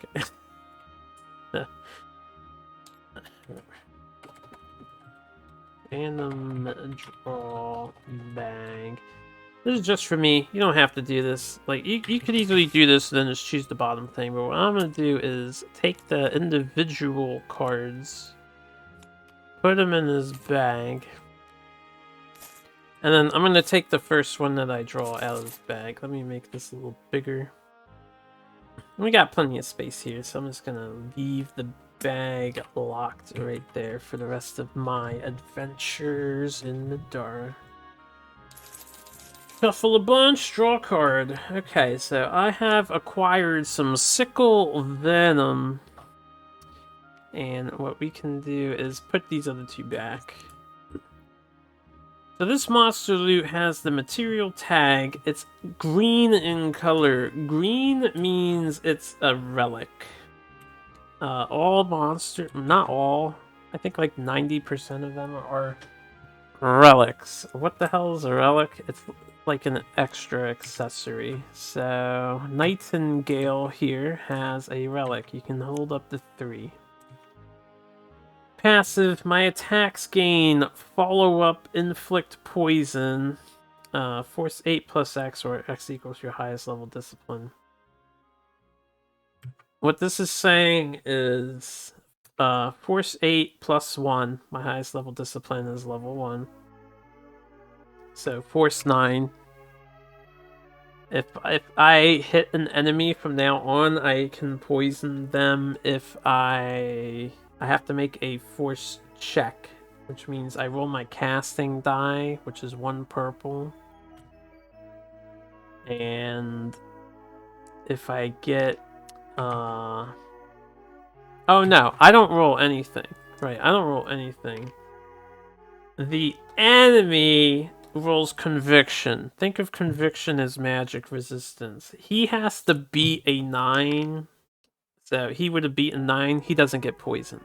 That's how that works. Same goes to me if I get hit by their like poison follow-up attack.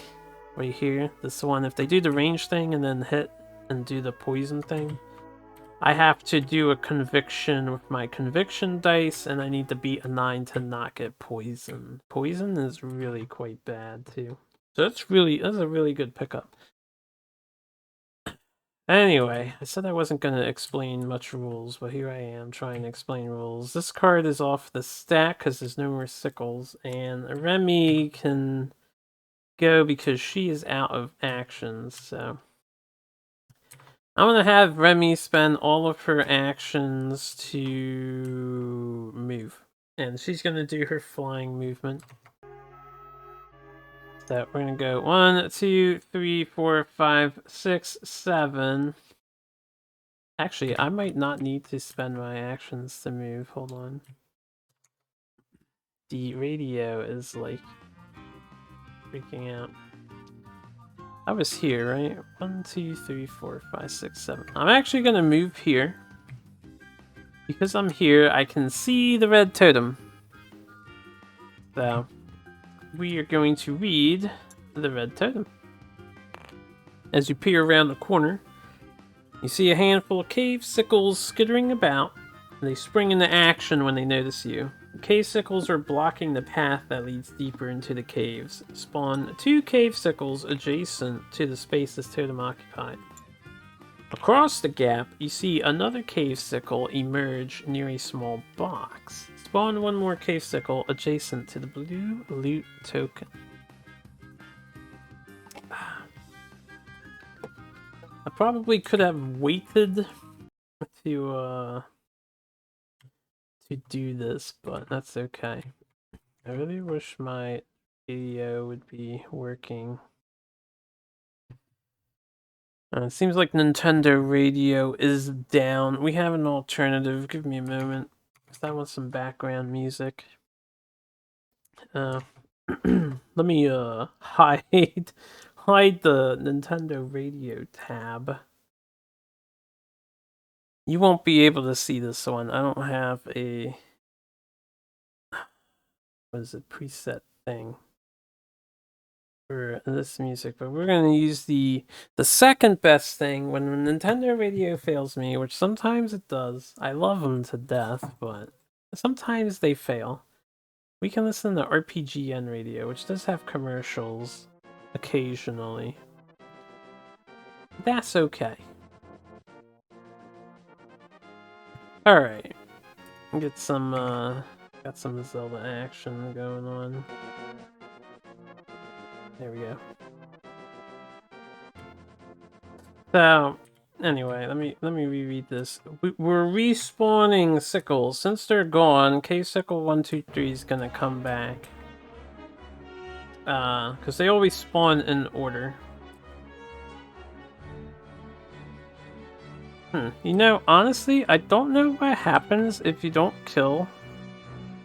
Like, if you don't kill any of the K-Sickles and you came over here, I don't know if there is a 7 to 9. I'm unaware. But food for thought for later.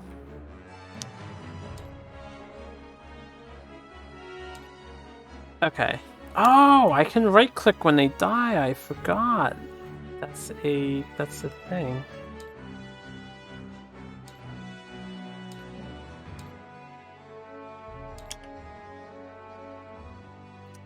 I don't know if I had a hard time finding where they were or what. Anyway, let me see if I can't do this again.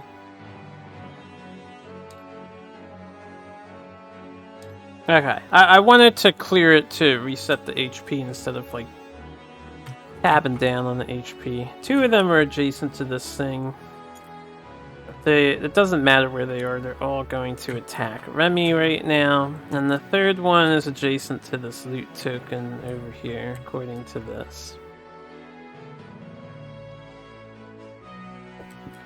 Alright, this totem is gone. And I don't think we need this anymore. So that can just sit here. Remy still has points to spend.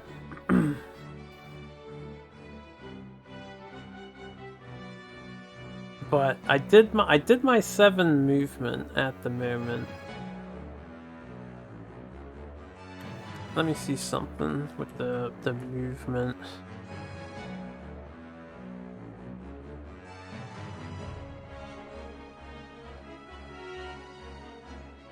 I don't know what the like technicalities are on this. So now that I've seen this situation, I kind of want to spend an SP to add to my movement.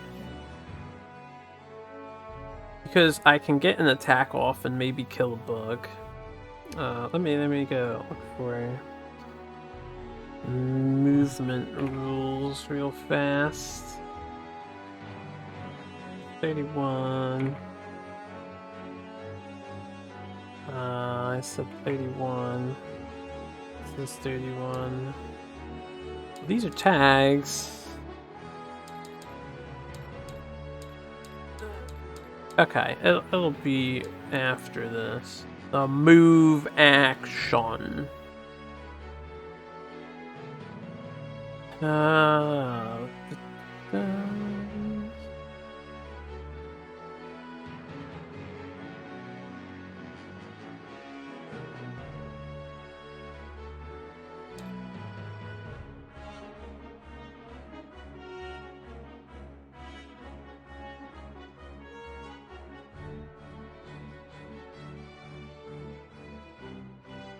okay. So after doing the move, I can spend the movement points.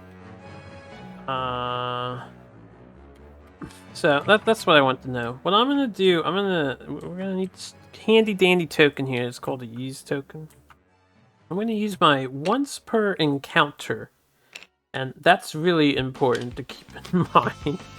But we're going to use her ability, so she's going to gain 2 SP. All other allies gain 1 SP. Now, I have some foresight knowledge that this encounter ends here.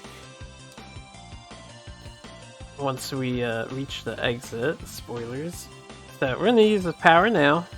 And I'm going to spend an extra SP for extra 2 movement during my movement step.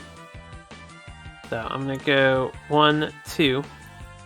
And then I'm going to use her special ability, which is an exhaust ability. I should use this token to remind me.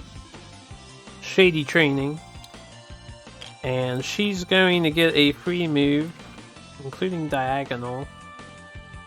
So I'm going to have her move over here, which should be fine. Now I need to check something about this terrain. I think it only gives them a bonus to range. Attacks made through or into hindering terrain get -1. Okay, now it gets a -1. That is fine. That's fine. We're gonna spend our 2 points here to make an attack with the War Axe. We're gonna roll the white dice. We have a 6 and a 4 -1, so that is a 9.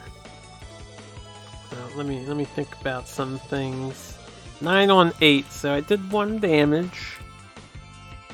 What am I packing here? We have our ability, so we have 2 damage. I might want to re-roll the 4 and take a chance. I don't want the 3, but if I can get a 5 or better. I have 3 shields. This is +1 physical damage per shield. Do I have a Starburst? I do not have a Starburst. So, I've only done 5 damage. It's not gonna kill. Alright, I will exhaust Hammer Helm. Oh, do I have a book? Actually, I don't need to exhaust Hammer Helm. I have a book. Never mind. So, War Axe can be exhausted to deal 1 damage for every book you have. So, we're gonna exhaust War Axe, and that's 6 if I count it right. It's 1, 9 to 8, 2 for this, 3, 4, 5, and then 6, yeah. So, I will kill, we'll just say I attack Cave Sickle 2, it doesn't really matter. So, this guy is a Guaner. Really hard to hit the script button on the top buttons. That's okay. Anyway, not a bad turn. I don't think we need to do anything else for the round. But the Cave Sickles get to go. So this guy's gonna go first. He has the is there an adjacent opponent rule, which is true. So he's gonna make a melee attack to Remy, our girl, and he is proccing Hive Mind. So there's this thing called SOI. You're gonna see it mentioned a lot. It's called Sphere of Influence. I call it Square of Influence. You basically go 4 spaces in every direction. So this is 4 diagonal, and you make like a square. If it's in the square, it works. So basically, instead of white, this guy's rolling white-orange on me now. Before he rolls his dice, I can exhaust my shirt to dodge, and if I'm successful in this dodge, I get a free counter off. So when you dodge, you roll the black die, and you add every shield icon to your defense. I got 4 books, so that's okay. My dodge didn't fail. I didn't roll a skull. So if he doesn't beat a 10 with this empowered attack, I still successfully dodge. And he did not beat the 10. I think we all have a base 10. So this means my dodge was successful, and I did not roll a skull when making a dodge, so I add I add +1 to the result. So I had a dodge of 1. I get a free counter attack now. So counter attack, same thing as attack. I can't do anything fancy with it though. So 6 and 2, I can't re-roll dice anymore. And you can only counter once per attack, so I can't like tap this to counter again. But anyway, 6 and 2 succeeds, so that's 8 on his defense of 8. And we have 2 shields, so that does 2 damage for this, and we have the hammer helm giving me the passive physical damage. Oh, I didn't exhaust hammer helm yet, right? I exhausted my axe. So I'm actually going to exhaust hammer helm, and I'm going to reroll this too. There's really no reason not to. Okay. I think we killed it. So 12 to 8 is 4, and then, yeah, I have 4 extra damage on shields plus this. So we just did 9 damage to this poor sickle guy. So he got killed from a counterattack. And then the rest of his stuff is... Well, he missed me anyway, so nothing would have happened, but it would have been cancelled. The power of countering. Beware when the enemy doesn't do this. Alright, last sickle, number 3. He... no one's next to him, but there is someone within range 4 of him. We're in range 3, because when you count in range, you can just do diagonals. It's not the same as moving. So, what he's gonna do is make a range for attack, and he doesn't have Hive Mind proccing anymore, so he's just gonna do this. I can't dodge, because I don't have SP to dodge, or anything that gives me a free. He missed, though, 6-2. AI is actually rolling really bad. I'll take it. Alright, so he failed. Then move to be adjacent to the opponent with the most damage within movement range. I believe he would do 1, 2, and then stop, because he doesn't jump, he's just getting as close as he can.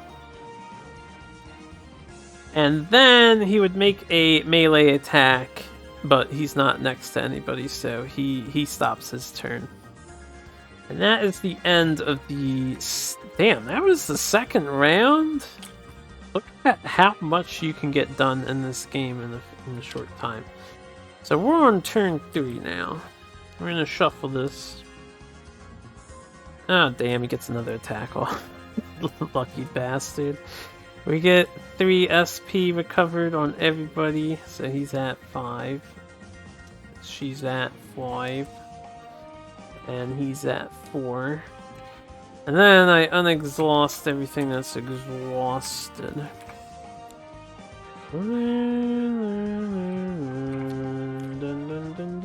Okay, I'm just gonna make sure I got everything. Like I said, playing this game, playing it alone, it's a lot of information to keep track of, so I'm gonna be slow about it, make sure I do it right. Anyway, Sickle goes first. So, same thing's gonna happen. We're not next to him. He's gonna make a ranged attack with the white dice. I can dodge this if I want to. I don't want to... Oh no, I can dodge for free with this, right? So, we'll dodge. There's no reason not to use the shirt.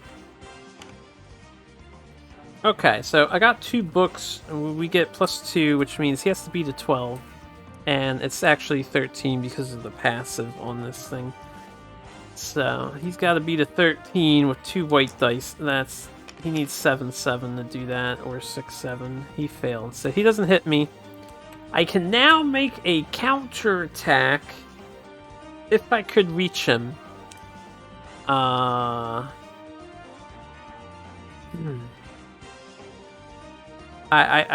can't reach him though. Oh no, I can reach him, so this axe has... No, that's two-handed. I think it should say reach if I have reach. Does anyone have a reach weapon? It should say reach. Let me take a look here. These mundane weapons. I know there's like a pole arm. Sorry for the spoilers a little bit. It's not really. What the fuck is this thing? Reach 2, it says it on the bottom. Okay. I don't have reach with this battle axe. Despite it being two-handed, it's just not long enough, man. So I can't counter him. I forgot to do her ability. Never mind, he's out of range. I didn't forget to do anything. I didn't think I'd cremate these. That was the Sickle's turn. Rook gets to go. Rook is going to move. We're gonna go 1, 2, 3, 4. 5.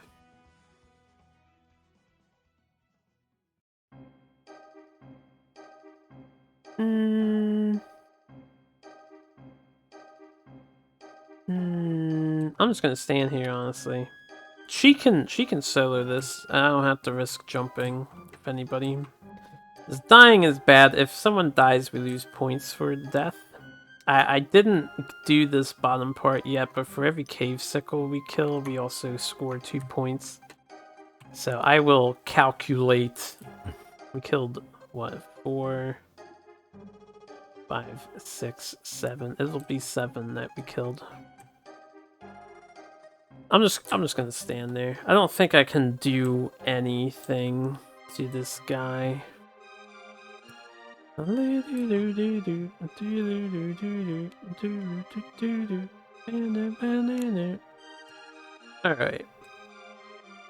We'll end Rook's turn. He'll float. Remy is the one we care about. So she's gonna go. We're gonna move. We're gonna go 1, 2, 3, 4. No, we're not gonna do that, right? We're gonna go 1, 2, 3, 4, 5, 6. So I can stand here.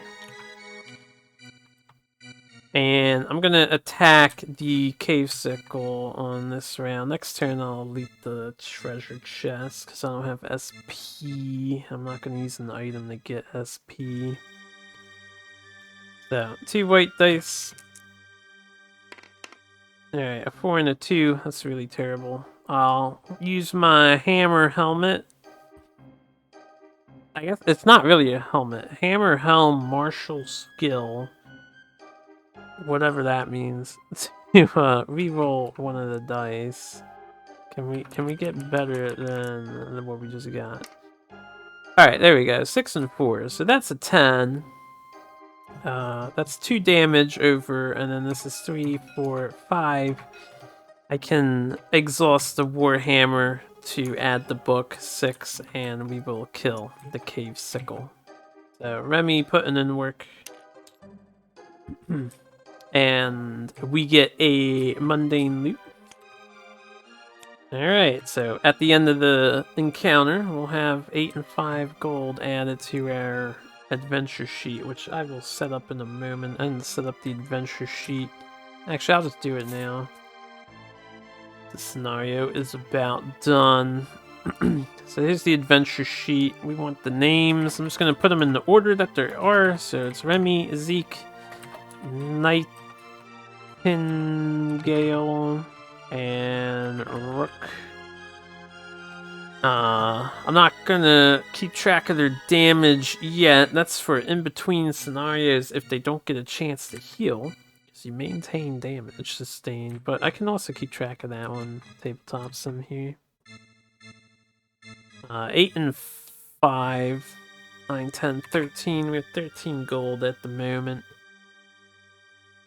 And this just keeps track of the page number in the book you're in, but that doesn't matter for us. We are in the other thing, and then down here I want massed points, because this is going to be tracked for a while.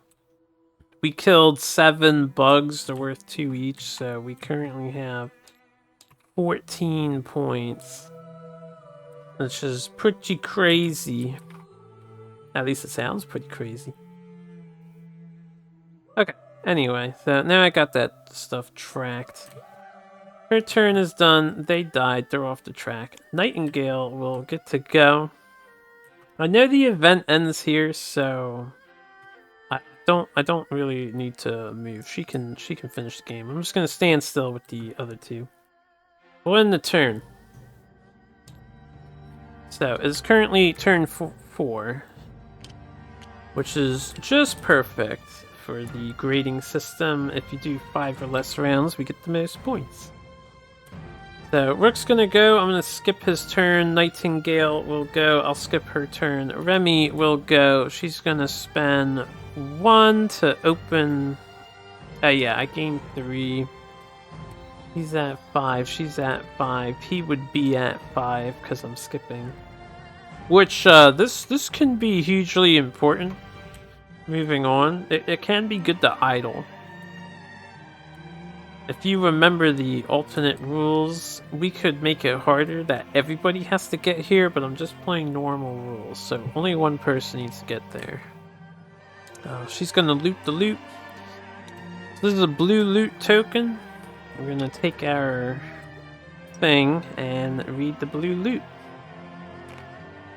Remy finds a pile of treasure. Gain 2 random consumables. In addition, finding this box will look good when getting graded to gain 2 bonus points. Alright, so we have 2 bonus points. We gain 2 random consumables. I didn't talk about this. Every scenario has a loot level. You can see it right here. The level's mundane. You put all the piles into one. So like if it was common, I would put common and mundane together. Or if it was uncommon, I would put all 3 of these together and then draw 2. So what we're gonna do is shuffle this. Alright. This one doesn't matter as much as the monster loot in my opinion, because the monster loot only has 3 cards. So I'm gonna just shuffle this.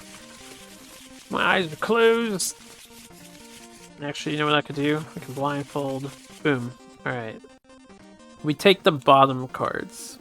So I got us a Vitality Juice Box and a Bottled Blessing. This is pretty cool. This is very handy. We got a healing item and a healing item that has utility. So here's how this works. I haven't talked about it too much. We get 3 consumables we can carry on the fly. So one of these, I'll put this here. The other one goes into our pack. We can carry 3 things in the pack. Rook is an exception to the rule. If you remember, he gets a 4th consumable and then 3 in his pack. If your consumable stack and pack stack is full, then it automatically goes to the party stash, which you cannot get it out of here except in between encounters when you're told to restore. Then you can change items and stuff. Anyway, after I loot that, we're gonna finish this scenario. Spend the movement point. We're gonna go 1, 2, 3, 4, 5, and just fly into the exit. So, win conditions, an adventurer ends their turn on the blue exit. Reward, we get to restore our adventurers, and then continue to wrong way on page 8. Alright, so we want to do a few things. 1, we want to hit the clear button. This is the magical clear button. 2, we want to restore our adventurers. This means everything that's exhausted is unexhausted. Anything that was flipped would be unflipped. Anything that...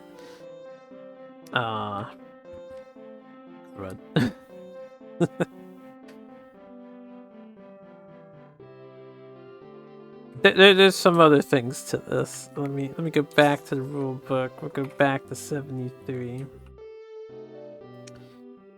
Restore 18.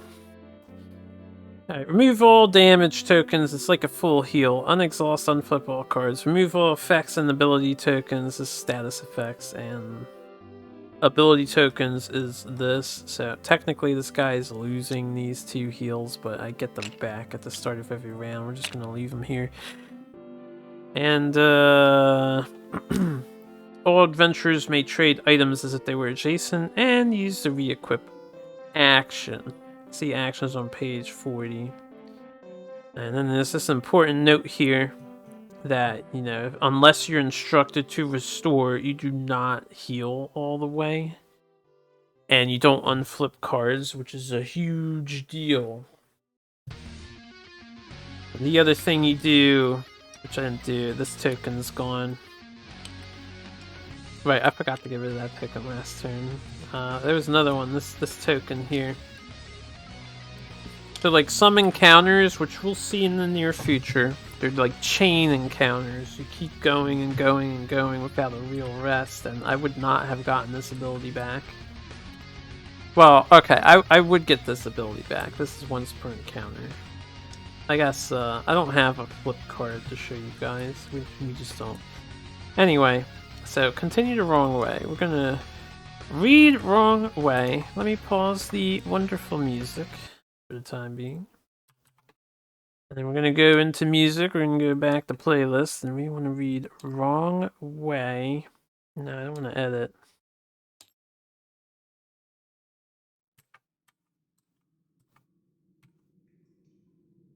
Wrong way. Rook knocked on the thick stone slab with the butt of his weapon. The sound echoed like a massive stone drum. No way we're getting through that. Nightingale glared at the obstruction, kicking weakly at it. Damn it! Did we take a wrong turn? She glanced over her shoulder at where Zeke and Remy watched. Seems that way. Rook lowered his weapon.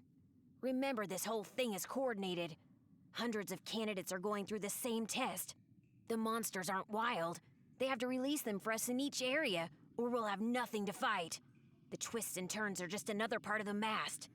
It looks like they can seal up passages with these big stone panels. Zeke dug around in one of his pockets, coming up with a cigarette. Translation: we're too awesome for this test.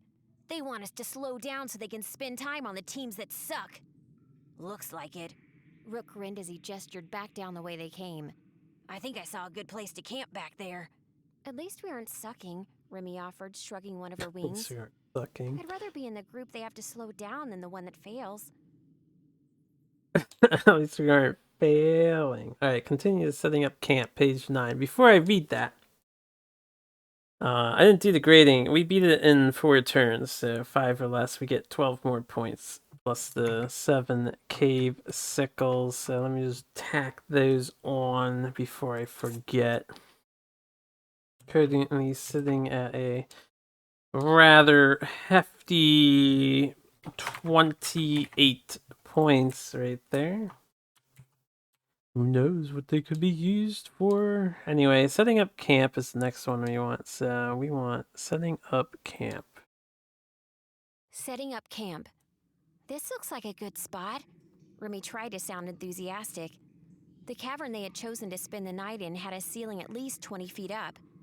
Damp stalactites glittered in the light of their glowstones, occasionally dripping water. Even so, most of the floor was dry and flat enough to serve their needs.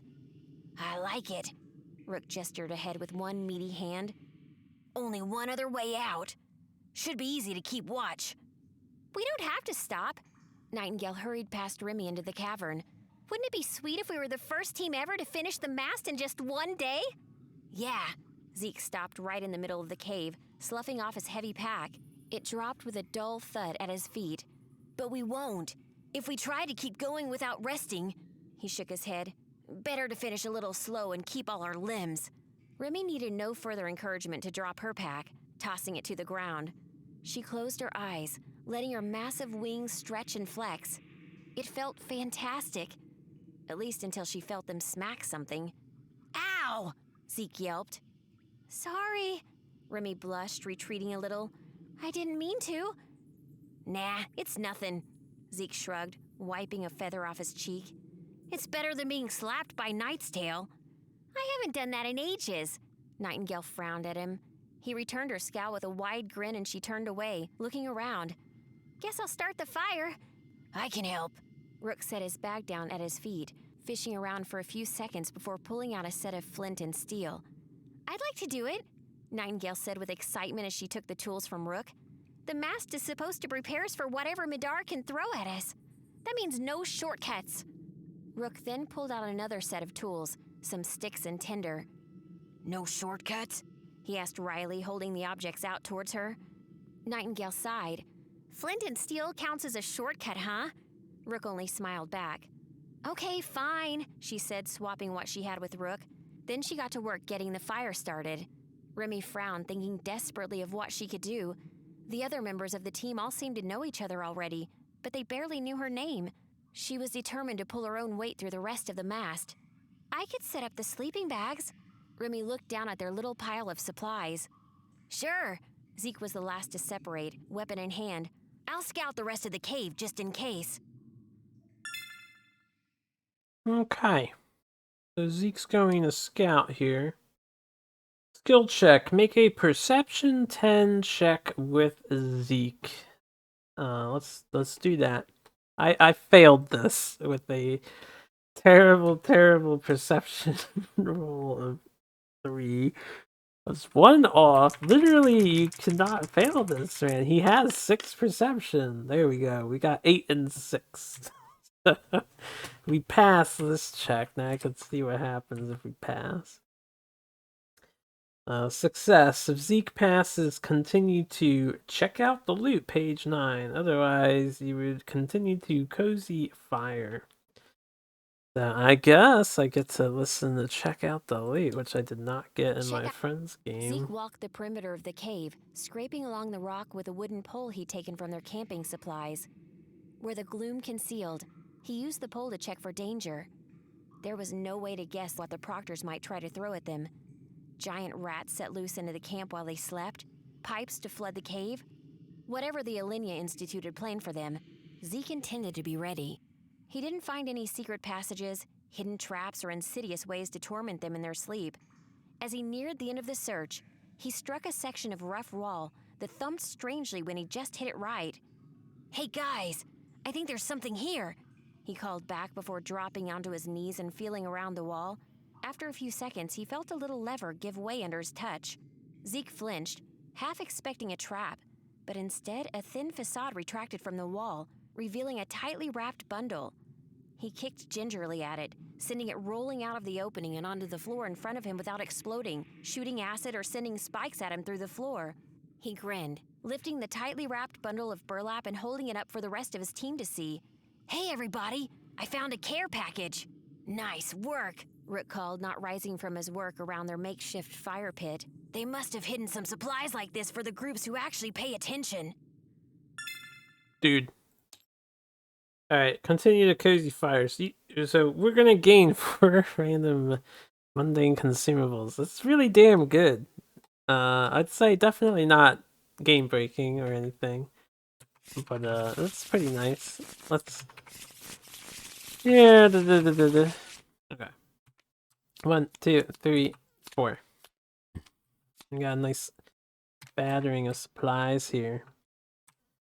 So I'm gonna share this with we got 3, 3, 3. He's got 2. He is our tank, and he may want the extra SP. This is an ally, gains SP at any time, gain SP. I'm gonna give him the MF Fortitude, which is alcohol. I like how the teachers are giving their students alcohol. And then a G-Spox. These teachers have a weird sense of humor. I'll give him these 2. Because Rook can carry these without having to equip them. And then I'm gonna give this to... I can re-equip now. These things are all very useful things. I'm going to actually... I'm gonna put this here. And I'm gonna give this to her. And then I'm gonna let Zeke hold on to this hyper energy potion.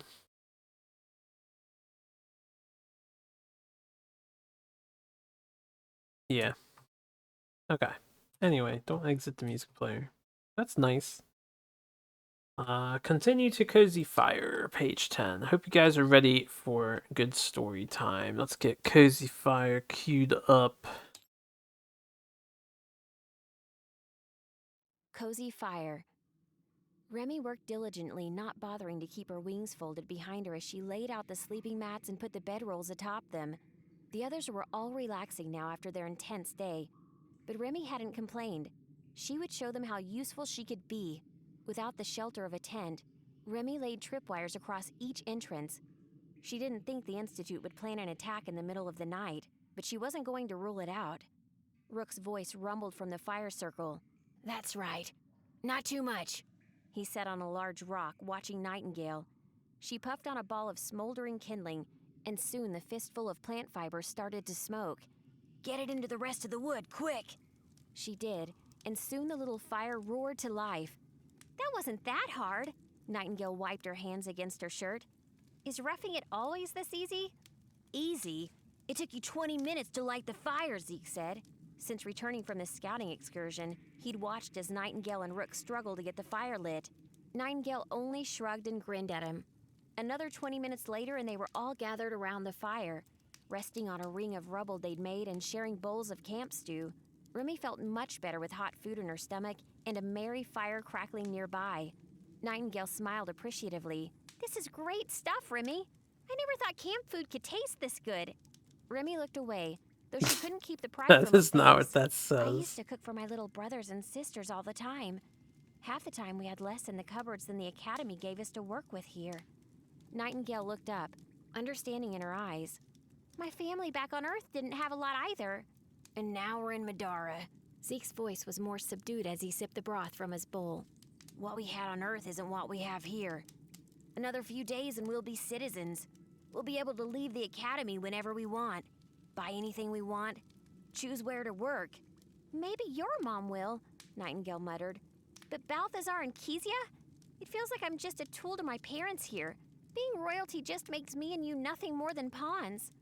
"You're a princess, though," Remy said, meeting her gaze. "Isn't that exciting?" Nightingale scoffed. "If you like being cooped up for the rest of your life, being whisked away to a fantasy world should be about this." She gestured at the dark cave around her. "Adventure, danger, monsters, and traps. Now that's exciting." Remy frowned and took another sip from her bowl. Nightingale patted Remy on the back. "Don't sweat it, Rim Dog. I thought being a princess would be much cooler, too." Rim dog. "Rim Dog?" Remy grimaced at the moniker. She hoped that it wasn't something Nightingale was going to keep calling her. Zeke shifted on his log. "I don't know. It's better than being poor." His eyes flickered towards Rook. "No offense." Rook waved his hand dismissively and kept eating his stew. "But my mom, or should I say Lady Ida Zhang," he spoke her title mockingly, "get past all her bullshit formality and politics, and I think somewhere in there is a heart. I bet your parents are the same, Knight." "I doubt that. I'll be lucky if this isn't the last time I'm in any kind of danger," Nightingale said. "It's not like it's unique to royalty," Rook replied thoughtfully. "My parents here on Middara are just farmers. They're great, but I don't think farming is for me. I'd rather do something a bit more exciting, too." Nightingale made a grunt in agreement, and there was a long pause. Remy looked up and found all three of them looking at her, and she shuffled uncomfortably under the weight of their stares. "What about you, Remy?" Nightingale finally asked. "I've heard Zeke complain about his mom 1,000 times, but I've never really talked to you." Remy hesitated but took a breath. "Well, all I have here is my father, and he's..." She looked away. "I'm not really sure what kind of person he is." Nightingale raised an eyebrow, but Remy didn't continue. She didn't want them to think less of her. Rook saved her from having to elaborate. "We should rest." He set the pot down beside the fire, completely empty. "We'll need our strength for tomorrow." Remy slept uneasily in the dark cave, tossing and turning on the uneven stone. The school hadn't given them tents, and the sleeping bags they'd been given were threadbare and offered little insulation.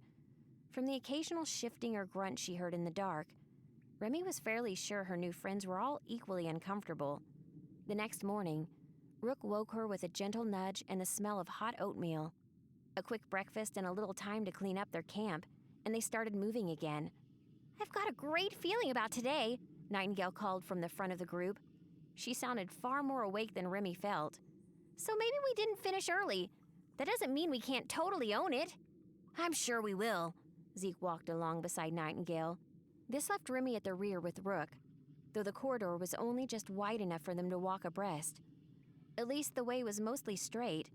She supposed far fewer students would make it through the mast, if they were constantly getting lost. They didn't have far to go before the path widened, running along the edge of a dank pond. Remy reached out with one boot, touching the side, Water splashed and ripples echoed across the dark surface. They weren't alone. Alright. Continue to The Mast, Day 2.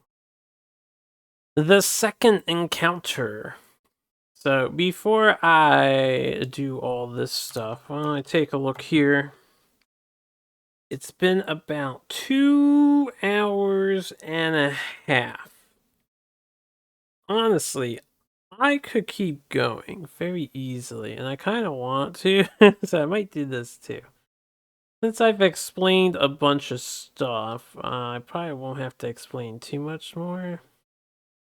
This one is not too long. I think I'm going to continue, and I'll try to keep these in the like 3 to 4 hour range, these videos. So let's do the mass day 2. Small pond stands between you and the ferocious... I don't know how to pronounce this word. It's either gevauden or gevauden or gevauden something. It's some kind of beast cat, kind of tiger thing. Your sudden approach must have drawn its attention, and the creature now growls in your direction. In the dark, you can hear the clicking of cave sickles somewhere in the distance. Hopefully, if nobody gets too close, the cave sickles won't even realize anyone is here until the gevauden has been killed. So, setup is all set up. Here is our map. This is our gevauden. Yeah, I don't even... It's like a worm, tiger, lion. Very inventive designs. I mean, he's got feet. The model doesn't seem to have that, but he's got feet. He's like a wolf tiger beast. I guess wolf is more accurate with this insane scythe tail thing. I think he has... It's like he has 2 of them, or they both combine together into this scythe thing. The miniature is actually quite strange looking compared to the art. He's a complicated design, anyway. So, yeah, the other card wasn't deleted. Let me show you guys something cool with this. If the game identifies stuff, it puts it in the trash bag, stuff it doesn't need. To put the time counters in there, we don't need this sickle card because we're always going to generate a new one. I'm going to empty the trash bag and boom, all the trash is gone. Fantastic. So we have 3 cave sickles here. We have the gevauden. Let's understand what we're doing. We're all starting down here in the corner. I'm going to get a setup. I don't think we need to do anything in particular. I'm going to put Leek and her in the front, and we'll have him bring up the rear, and then Nightingale in the back. Okay. Win con, all opponents are defeated. So this time, instead of escaping, we need to kill everything. Lose condition, all of us are defeated. There is no loot in this room. The level is mundane. Special encounter rules. We're being graded as we're part of this test. Every cave sickle is 2 points, and the gevauden is 5 points. If any of us die, it'll be minus 5 points. And they have a tip about flanking and terrain here. So the only thing I'm going to go over real quick is this shit. This shit is slightly complex to understand. The purple is called elevated terrain. Basically, this terrain is higher than this terrain. This side is telling us the elevation level of this, which is 1, which is ground level. This is 2 higher. What the fuck does that mean? Well, I should probably have the... Is elevation covered next to this? Yes, it is, so that's good. It's 4 levels of elevation. 4 is the highest, 1 the lowest. You may move between a change of 1 without penalty, so 1 to 2. If it's a change of 2, figures can go down it. You can jump off the cliff or hill, but you can't climb up it. You can jump up it, though. I believe you can jump up it, because jump ignores terrain rules. But, jump on elevation is like a whole thing. Also, flyers don't care. So, my guys, unless I jump, we can't get up here, but these things can come down and get me, which is what we want them to do. Anyway, if the change is 3 or greater, you can't get up it. And if you jump off of it or fall off of it, I guess if you get pushed or pulled off of it and it's 3 or higher, you die. I guess you break your bones, it's just too high. So you're insta-killed by that. So yeah, that I need to double check the jump thing. I'm not like 100%. Let me turn on the music. Not 100% convinced. Let me do Middara jump and height. See if Board Game Geek has anything.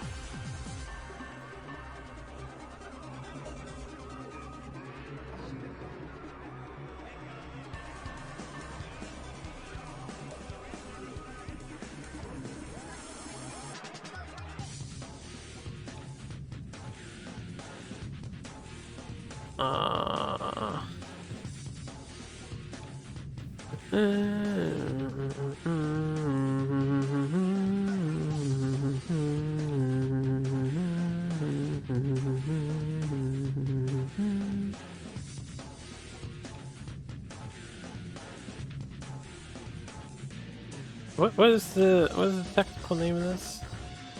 Elevation. I should type in jumping and elevation. I did just learn something new though, looking at that thread. I didn't know. I thought you could only jump orthogonally.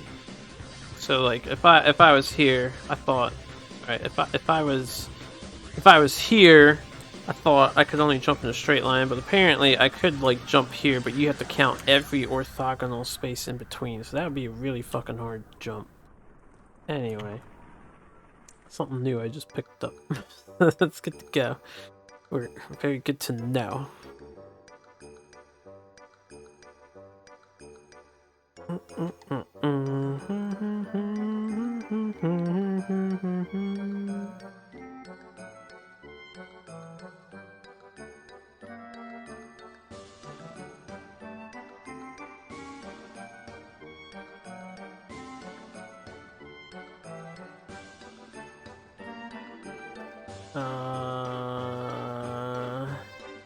Okay, you can jump. You can jump it. I thought you could. I wanted confirmation. Anyway, so that's the main new mechanic here. These things are built into this zone, and they're just blocking line of sight and like intricate environment design. So I don't believe there's anything else going on here. Let's. I don't think I shuffled yet, so we're gonna shuffle. This is a new encounter. Everybody starts with 3. It's not a continuing encounter because we got fully restored. And we get the start. Okay, and this is a semi-problematic start since they both went first, but that's okay. Cave Sickles 1, 2, and 3. They have no one adjacent. There is no one within range 4, and they can't move. Move and attack an opponent within range 4. They have a movement of 6. Maybe they can do that? What was it? 1, 2, 3, 4, 5, 6. And then 1, 2, 3, 4. No, they can't reach me. So they're all skipping their turns. That's like hypothetically fine, but you'll see the problem. There's a mechanic I haven't talked about that's going to come into play.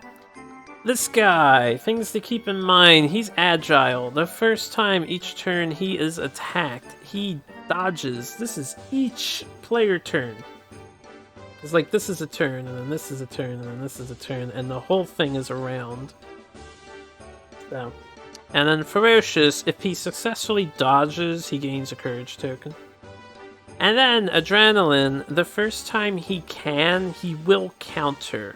So you have to remember counter rules. Counter is if your opponent missed or failed to do any final damage, I believe, then he gets the counter. So he's a evasive, countering, annoying piece of shit that rolls 2 teal dice, which are pretty strong dice. They're not as strong as... Actually, I think they're stronger than orange, but I'm not 100% on that. Orange might be better. Anyway, so he's asking, is someone adjacent? No, no one is. Is there an opponent within reach 2? No, no one's within reach 2. Can it move and attack an opponent within reach 2? Well, he can move 6. Unfortunately for him, he's on difficult terrain, so it would be 1, 2, 3, 4, 5, 6 to get out. And then reach 2, he can hit up to here, and this diagonal. The answer is no, he cannot do that, which means he also can't attack. So we get this thing called an urgency token. This is a game mechanic that is, I guess, a necessary evil. I only wish it was easier to keep track of. I'm gonna actually increase the size of this and leave it down here. Urgency tokens, if no enemy on the timeline does something in the turn, you get this token. It means it's here to prevent you from abusing the AI or stalling. If you get 4 of these, you automatically lose. Everybody counts as defeated. Which means we would get minus 20 points. So you never want to accrue 4 of these. You always want at least 1 enemy to react to you in this game. It's not a super problematic thing, honestly. Anyway, Zeke is up next, so we're gonna move 6 spaces. I'm gonna put Zeke in position to get hit by this guy next turn.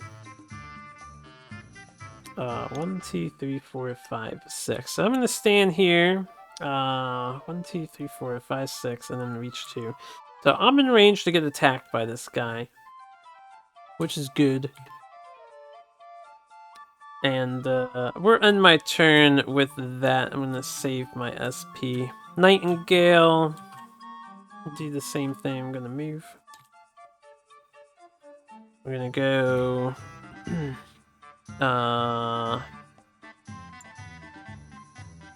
1, 2, 3, 4, 5, 6, 7. We're gonna put her here. She's not in range to get attacked, so Zeke should take the hit. Rook is next. We're gonna have Rook head towards the sickles, because he is like a tank, and he can definitely get them down. So I'm actually gonna bust his butt, and we'll move 8 spaces with Rook. Unfortunately, Remy is in his way.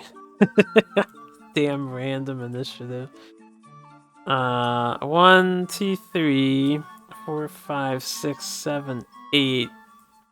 So now they can reach me, definitely. They're gonna come after me and shoot me on the next turn. And then Remy, and we're ready. We'll go 1, 2, 3, 4. I'm gonna stay here. I can't get hit by this guy, and then I can choose to help against him if he's problematic. So this enemy actually hurts a lot. He hurts a tremendous amount. And he's strong. No armor, but he has 10 defense instead of 8 and 12 HP instead of 6. So, anyway, that is the first turn. We do not need to keep track of time for this scenario. You technically have infinite time as long as you don't accrue 4 urgency tokens.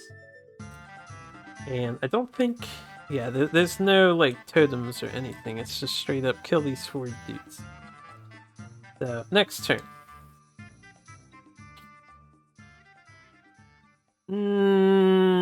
Kind of an annoying turn order. I was hoping they would go first as well.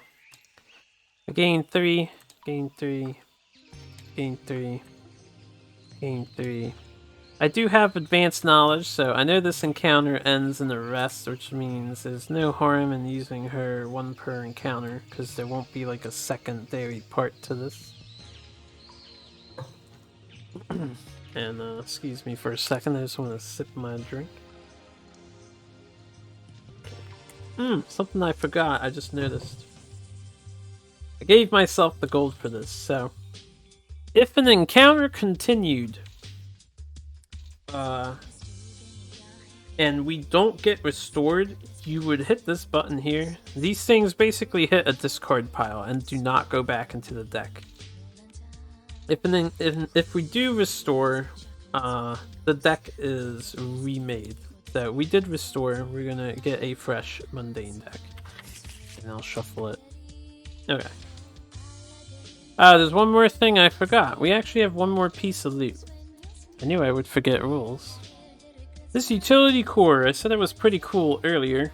At the end of each encounter, if this core has been equipped the whole time, I believe some enemies may unequip you later based on some cards like this one.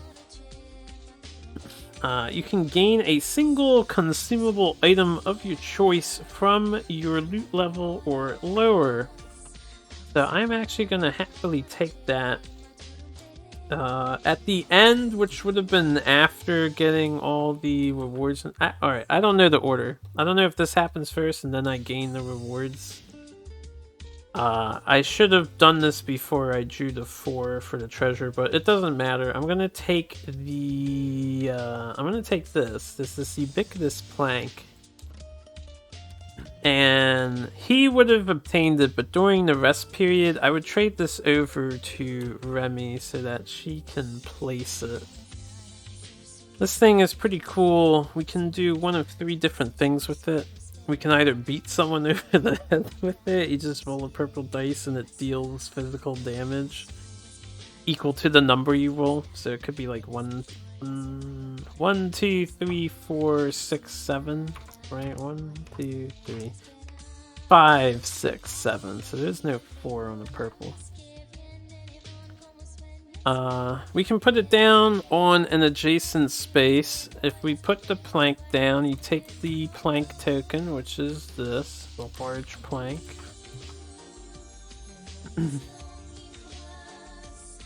I think it's either large or small. I'm not. I'd have to. I'm gonna need confirmation on that. Place a plank. It doesn't say large, so I assume that would be small then. But this, you put a plank token down and it basically says, like, this terrain is no longer difficult, or this terrain is no longer water.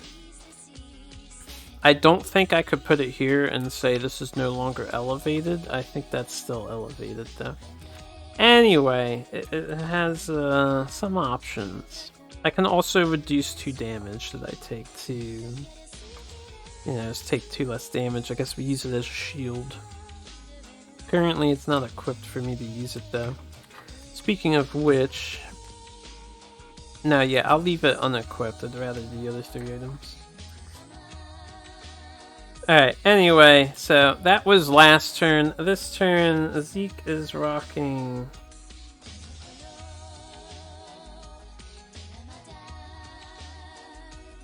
Yeah, only moved. Alright, if I come up to this guy, 1, 2, 3, 4, 5. I need 5 movement to get him. And then she can help, actually.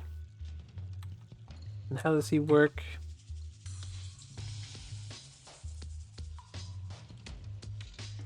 Okay, he attacks and attacks again, which is such a pain in the goddamn ass. How many people go before this thing? 3 of us?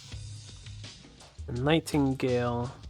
Alright, I'm gonna try to kill this guy. So we're gonna use 1 movement token here.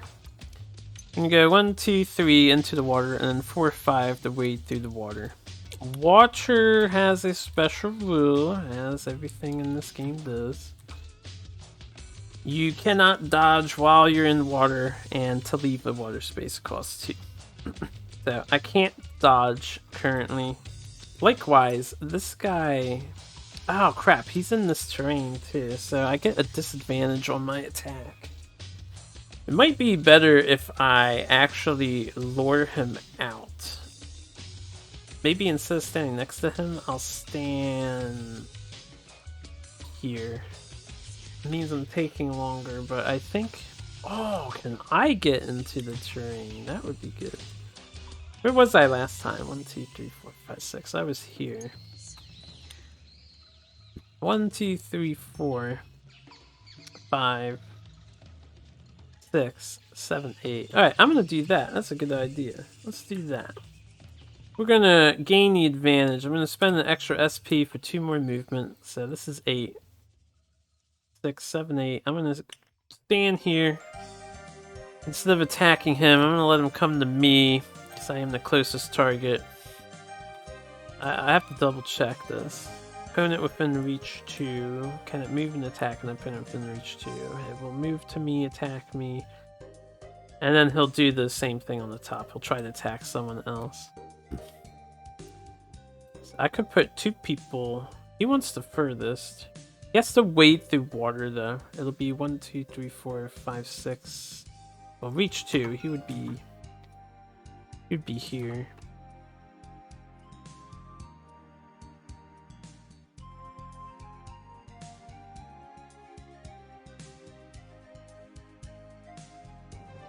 Or here. I have to double check reach. I don't know how. I think reach is only orthogonal, but I'm not sure at the moment. This is called an icon. Not an icon. Not an icon. The keyword. Reach. Melee attacks can be made at range X. These attacks are still considered melee. Allies on the opposite side of a target that is directly orthogonal or whatever can still flank. I haven't talked about flanking yet. There's a whole flanking rule. This flanking benefit may apply to either figure. See below for an example. In this example, yeah. Blah blah blah. This doesn't help me identify if reach. I think reach in this game, like reach 2, because you attack adjacent, so it'd be 1, 2. But I don't know if reach would be like. Well, I guess 1, 2 doesn't make sense. If it was 3, I don't know if he could do this. I'll have to find out later. Anyway, it shouldn't be a problem. I'm gonna stand there. Nightingale. We're going to have her move. I'm gonna go 1, 2, 3, 4. 1, 2, 3. 5. 1, 2, 3, 4. Alright, he's in my SOI. I'm gonna move here actually. Is Rook next? Rook is last. I don't want to be closer to the bugs, so I'm gonna stand here. With my movement, we're gonna use Gore Shot. So this is our Kruar spell, magic spell. I exhaust this card, so we flip it. Cast a spell 6. And if it succeeds, I read the other stuff. So here's how this works. I roll my casting die. Oh, I didn't mean to upgrade it. My casting is a purple. We're a purple caster. I also empower my cast for free because we're doing a magic attack with this, so we get the black die. Alright, here's how this works. I failed. That sucks. When you fail a magic spell, you take 3 irreducible damage, so I just eat 3, and I can't do anything about it. That's just as well, I suppose. I don't think I have anything that lets me re-roll that. So my spell failed. If it succeeded, I would do 2 damage to him if he didn't block it with his conviction score. Anyway, I'm a little sad about that.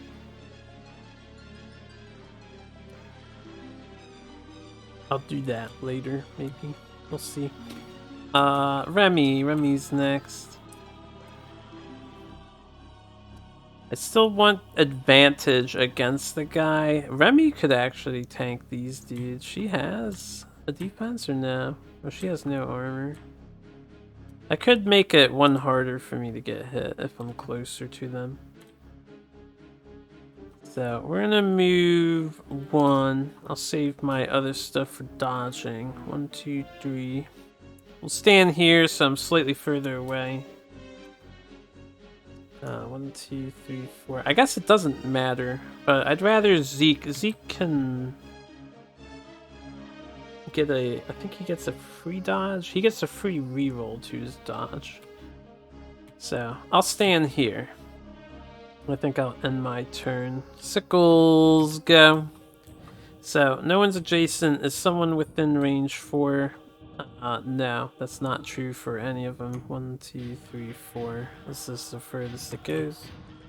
But it can move 6 and then attack someone within range 4.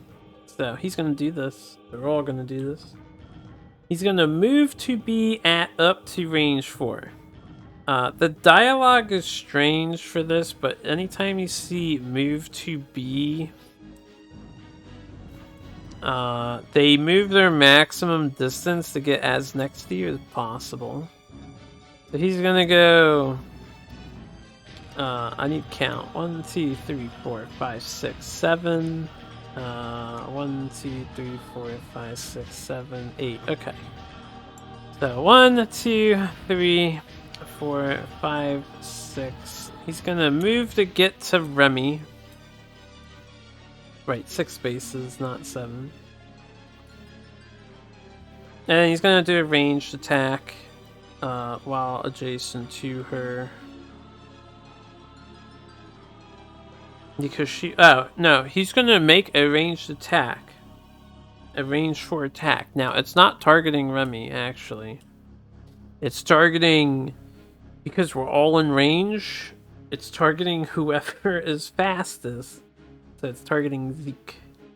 Which is fine, because he's in the terrain, so... I need to read something here.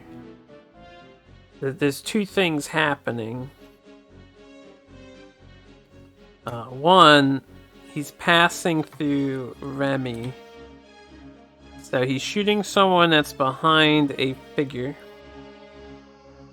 I need to find the ranged attack rules. I believe he has a -2 to his attack right now. 1 because I'm in terrain and 1 because I'm behind Remy.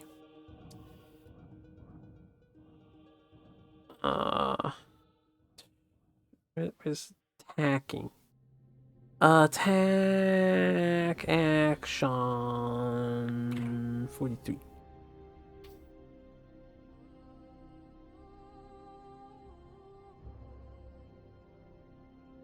Yeah, I know how to build the combat pool. Damage types is what I want. I don't want this. I want damage types. Damage types. Not damage types. Weapon types. Range. Solving an attack or a spell. Determining range.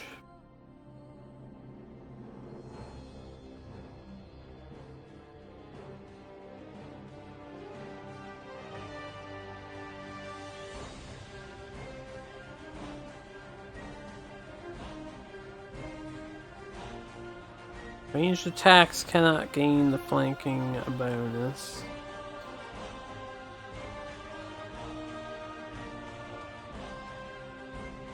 Counting range, you just do diagonal or anything. So you've been line of sight. Damn it. Oh, is it line of sight rules? I think it's line of sight rules. If the line moves through anything that blocks line of sight, then the action ability cannot be performed. Obstructing terrain, edges of a tile. Where a tile doesn't connect to another tile, elevation differences and spaces occupied by opponents block line of sight. Allies do not block line of sight, but give a -1 to the attack roll made through them. This effect stacks with the -1 to the attack roll from hindering terrain. Meaning if you make an attack through an ally and hindering terrain, you'll have a -2 to the attack roll. The -1 attack roll from hindering allies does not stack with itself, meaning if you make an attack through one or more allies or spaces of hindering terrain, you'll never incur a negative greater than -1. Alright, so that kind of answers my question at the first part.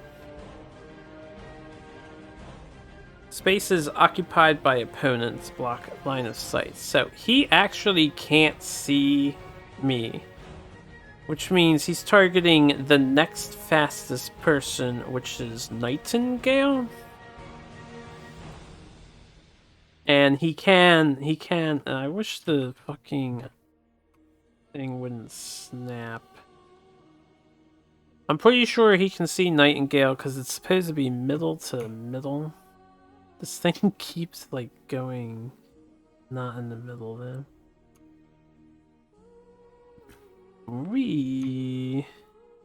I'm gonna say he can see Nightingale. So he's actually targeting Nightingale. She's next on the list. She's not in terrain. And it's not shooting through its own allies. So it doesn't get a -1 for, like, shooting around my ally. So I think it's normal now. Nightingale, you're getting shot. I won't be able to counter. I'll exhaust this. We get dodge for free when we exhaust this. Now, I don't have any passive benefits that help the dodge, so we have 2 shields. I have a defense of 12 now. I don't think anything else happens. No, I have the occult shirt. Right, there's 2 occult shirts. We have the same exact shirt. It just looks different. So when making a dodge, if you don't roll skull, add 1. So he has to beat a 13. The other rule, this guy's checking sphere of influence. He is out of range of his friends. So the first one is not going to benefit. And he's going to roll his basic combat dice for this. So that's a 10, doesn't beat 13. That means he fails. I don't have to worry about it. And, right, okay, so he's done. Sickle 2, same thing. He's going to make a movement to the nearest person. The nearest is still Remy. So he's gonna go 1, 2, 3, 4, 5, 6. And then he's gonna make a ranged attack on Nightingale because she's in range and she is the first one. So I will again, I'll dodge with this armor piece so I don't have to spend SP. Alright, so all books, I mean, I just get the 1 from the passive, so he has to beat an 11. And he doesn't, so he misses me too. And then the third one, same thing. 1, 2, 3, 4, 5, 6, 7, 8. 2, 3, 4, 5, 6, 7. Yeah, Remy's closest, so 1, 2, 3, 4, 5, 6. Coming to Remy. Now, he's targeting someone in range 4. Again, it can't be Zeke because they can't see Zeke. So, it's gonna be fucking Nightingale. I will spend an SP to dodge this one, since that's fine, I'll get it back. Alright, dodge failed. So, no bonus, no passive bonus either. Which means he just has to beat the 10. And he failed to beat the 10. Okay, so Nightingale, very evasive. Oh, you know what? Hold on. I cheated. We're gonna go back to this guy. 1, 2, 3, 4. Alright, instead of...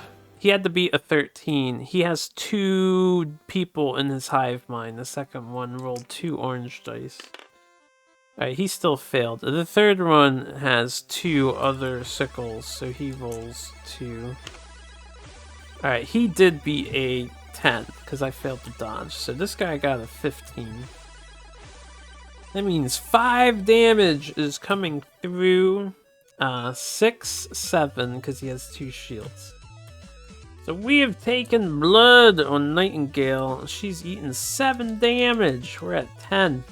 I am in pain. Hopefully we have 17 HP though. See, if you've been underestimating these things, they can very easily fuck you up when they're together like this. Alright, so that's all their turn. Now the gevauden. Is someone adjacent? No. Is someone within range? Reach 2? No. Can it move and attack someone within reach 2? Yes. So he's going to move to B at up to reach 2 from the nearest opponent. Alright, so the nearest opponent, Zeke, he's gonna go 1, 2, 3, 4 to be in reach 2 of Zeke. And then he's going to attack Zeke with his combat dice, which is 2 teal. Excuse me, before he attacks me, I'm going to, I get to reroll my dodge many times. I'm going to...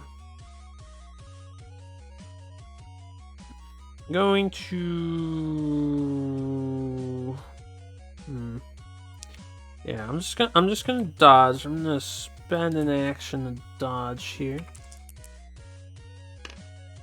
Alright, so dodge is failing me. So we're at a flat 10. We're technically at 11 right now because I'm in the terrain.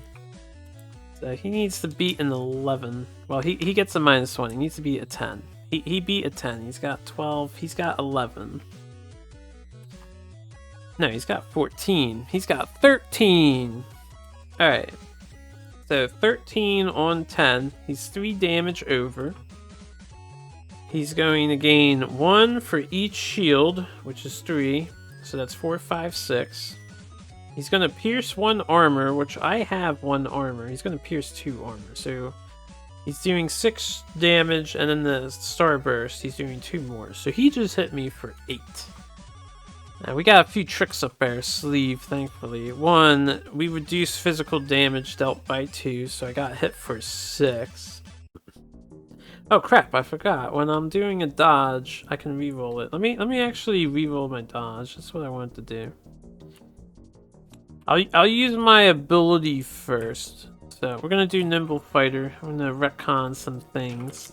Maybe he won't hit me for 6 damage. We got 1. I will say I did it again. I should think of this first, but you know. Okay. This would have given me 3 defense, which gave me a 13. He still beat... He tied a 13. Because he's 14 -1. So now I'm taking a little less damage. We're going to keep this result. So he's not doing any excess. He is doing 5. 2 for the starburst, 3 for the shields. So he's doing 5. I reduce it by 2. He's doing 3. And he ignores my 1 armor. I would have reduced it by 1 more otherwise. So we're eating 3 damage. That's not too bad. This is dodge, though. Okay.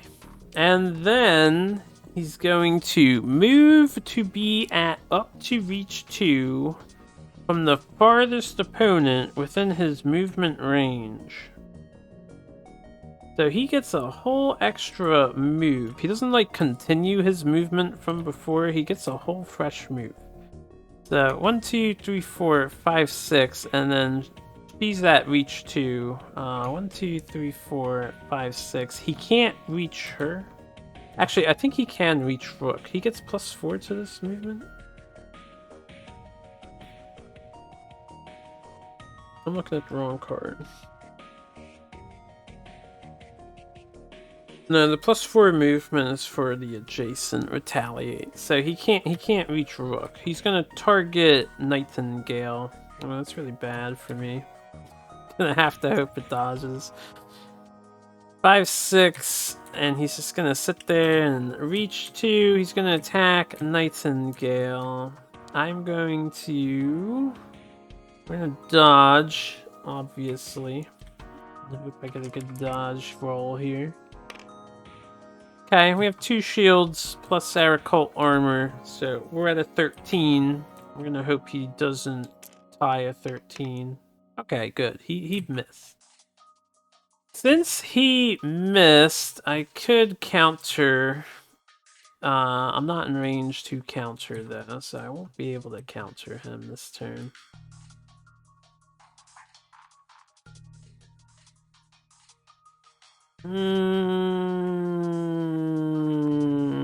I think we'll be alright. This guy's turn is over for the time being. And now Rook gets to go. So I actually think this thing is a greater threat. Rook can probably squash a bug, right? So I could clean up the bugs first, but I'd rather get rid of this gevauden.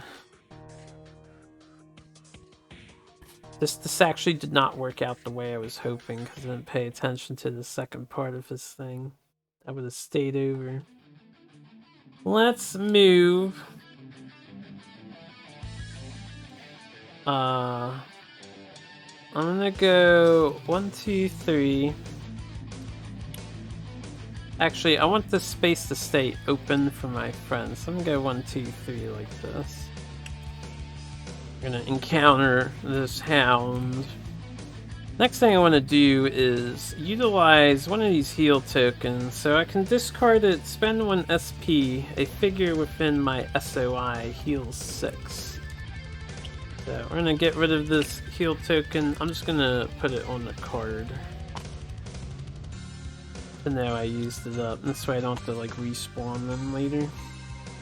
We're gonna heal Nightingale for 6. And then I'm gonna spend 2 of my points. We're gonna attack with a Warhammer here. And I think I will take the chance to empower my attack. So we have 2 white dice, 1 black dice.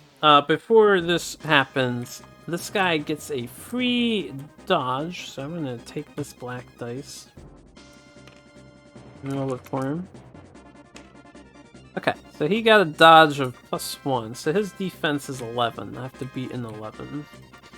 We got a 7 and 6, so that's 13, so we beat 11 by 2. He does not successfully dodge, so he doesn't gain courage, and he won't counter me, which is nice. Alright, so 13 beats 11 by 2. We have 4 shields, 2 books, 1 starburst. So the starburst I can use for a physical damage. I think that's all I can use it for. What is this? Heal 3, gain SP, remove an effect from an ally, and an ally within SOI heals 3, gains 1 SP. Okay, that's fine. I mostly have healing stuff. Oh yeah, we also have all this thing added in. Can't spend the book.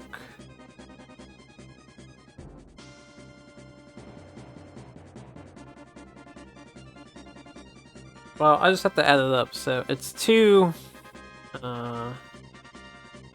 4, 6, 8, 9. So we did 9 damage to gevauden. This is impressive damage, it's pretty good. He has no armor.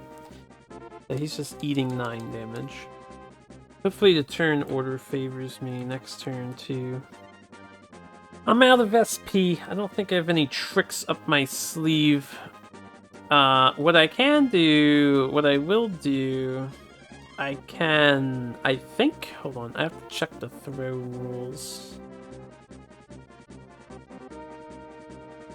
I think you can only throw during your turn. I may want to throw next turn. What page am I looking for here? Throw.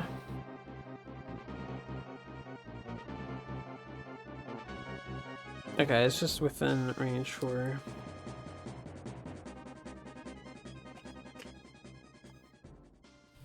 Alright.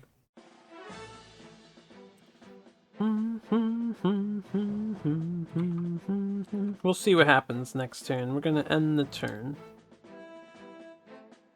Very good turn order. I might not need to throw. In fact, if I'm really, really lucky, we can wipe out everything. So we unexhaust. We get 3 SP. Unexhaust. Unexhaust. 3 SP.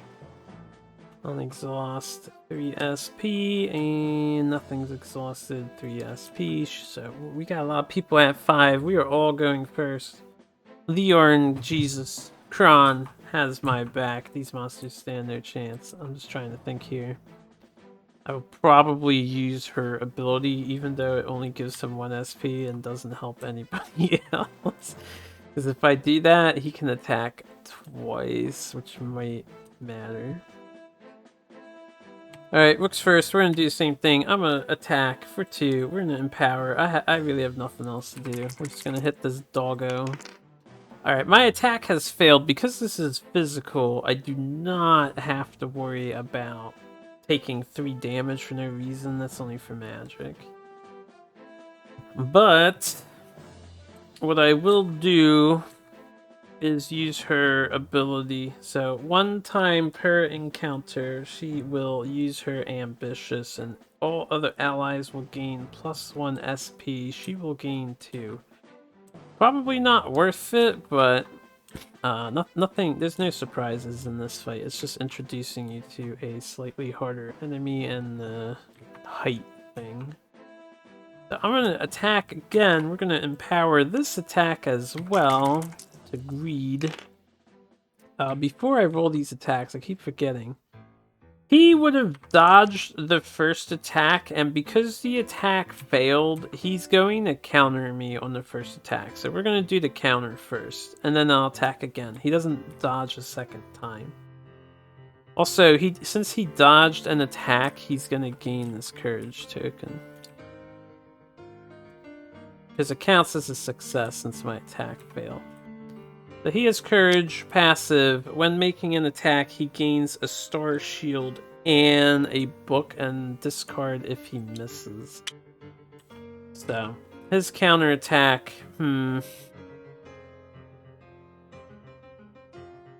is gonna do a lot of damage to me.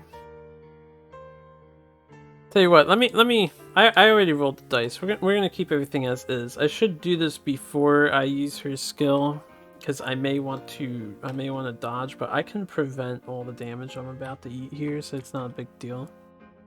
It's kind of a big deal. Alright, he got a 12, so he just hit me, because I'm defense 10. So he did 2 damage over. He currently has a free starburst shield and thing, so he has a free 2 damage.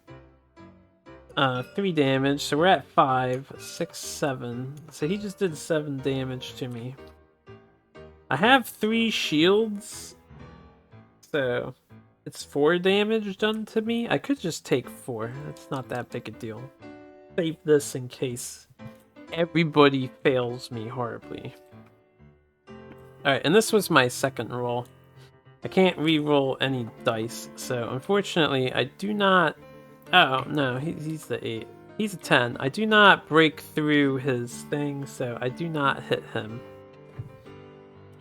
And Rook has let me down today. The second attack costed 2, since I rolled for it. Alright, that's how bad this dog can be, so we definitely want to kill it. Nightingale is next, currently. 9, 10, 11, 12. He's 3 HP off. If I could not fail my spell casting, I'm gonna do Gore Shot with Nightingale. So we're gonna exhaust this. I'm gonna cast a spell 6. I can kill him if this goes through. I'm gonna need to do this because I auto-empower my spell. And there's something else.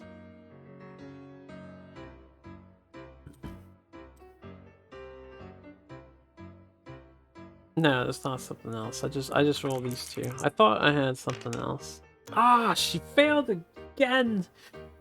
Nightingale, why? All right, very well. It has come to this. I have plenty of time to move and take a basic action on this guy, but he will try to dodge and try to counter my ass. Also, I could just fail. I don't want her to die. So here's what we're gonna do. I'm gonna throw Shuriken. And choose anything within range 4. I'm gonna choose gevauden. And we just roll the purple dice. It automatically hits him. And it does the damage listed here. Honestly, these things are super good. Anytime you use an item, it just goes back into the deck. Good shuffle. And this guy just ate 7 damage, so he has died. I wanted to save that because I know of a very threatening enemy coming up later. Oh wait, you know what? Let me try something here.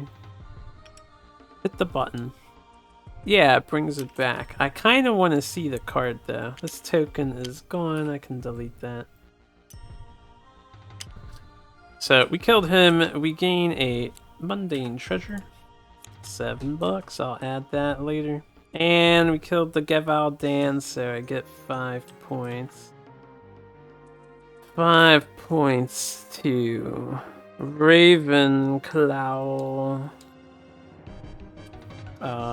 Damn, we are currently at 33 points here. Okay, since I still have all my actions, because my spell failed and shit, I will take a move. I'm gonna go 1, 2, 3, 4, 5, and the reason why I'm gonna do that is so I'm adjacent to everybody. This way I can just attack. So we're gonna do an attack. Costs 2 SP. Get an orange dice for the finesse. We get a purple for this weapon here, and we get a black because of the passive of this thing. So hopefully we don't roll skull. Okay. I really just got a 2-3. I missed! Ugh, damn it. Alright, well, that attack failed. I'm gonna attack again. We're gonna attack, I'll just hit Cave Sickle. I hit Cave Sickle 3. I didn't specify before, but we'll say they were both at 3. We'll try again, and this attack failed. Not very good dice rolls. Alright, Nightingale, sit back. We're gonna have to let a professional do the work. I just thanked you, Kron. Oh, come on, man. Why you gotta be this way, bro? Alright, Remy is next. Remy is adjacent to one of the bastards, so I'm just gonna attack here. We have 2 white dice. Not going to empower. There we go. We got a 5 and a 4. Alright, 5, 4. That's 9. So 1 over. It would be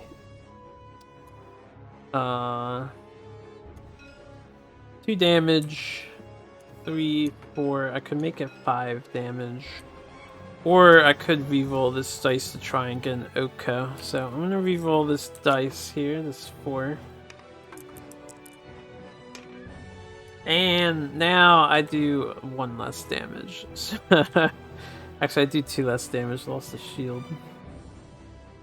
I don't think I have anything else to add to this attack. So, we're doing 0, 1 damage. 2 damage because of the passive helm, and I'm hitting Sickle 1, so 2 damage on the Sickle 1. I'll do a fresh attack here. Alright, 5 and 3. So, again, that is 8. It's gonna be... It's a hit, but 1 damage, 2 more damage. I could make it 3. Just not enough to kill. So, we'll do 2 more damage. I may as well make 3 more damage. I'm not gonna give her SP or anything. We'll just make it 3. By exhausting our war axe. She's failed me too! Say it isn't so. I won't move. If I move, I get attacked, or I'll get countered, or break attacked as it's called, attack of opportunity. So we're gonna go on to Zeke, our last guy. Zeke here, we're gonna move. And I'm going to... How do I want to move here? I can do 1, 2, 1, 2, 3. So that's 5. I want to be in range of like 2 of them, if possible. What I can do is use one of Zeke's swords. He has a special ability I can exhaust and move a space diagonally. So I could go here and then go 1, 2, 3, 4. I could go 5, 6 and just suffer a break attack. They're 2 orange dice, but they're not like the most horrifying things in the universe.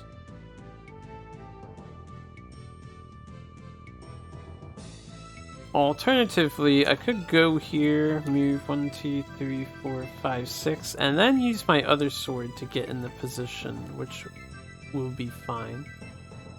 This just means I won't be able to re-roll my combat dice, but I'll try this play out. Why not? I'm gonna do a diagonal, move 6, 4, 5, 6, and do a diagonal movement. So Zeke's gonna be over there. We spent 1 to move. I'm gonna spend 2 to attack. Sickle number 3 for no particular reason. Roll the dice. There we go. That's some numbers. Yes. 13 over 8 is 5. 9, 10, 11, 12, 13. Yeah, 5. And then my swords. We got 6, 7, 8, 9, 10. So I just did 10 damage to this guy. That's, oh yeah, leave him on the map. That's Dead Cave Sickle 3. Unfortunately, he didn't get picked up. Okay, we're gonna attack again. Cave Sickle 2. Maybe I can just get another 6, 7. Alright, 7, 2. So, Cave Sickle 2. We have a 9, so that's 1 damage. 2, 3, 4. Because 2 shields, 2 damage. So, I think the 4 damage is all I can do. Oh yes, but I have one more trick up my sleeve.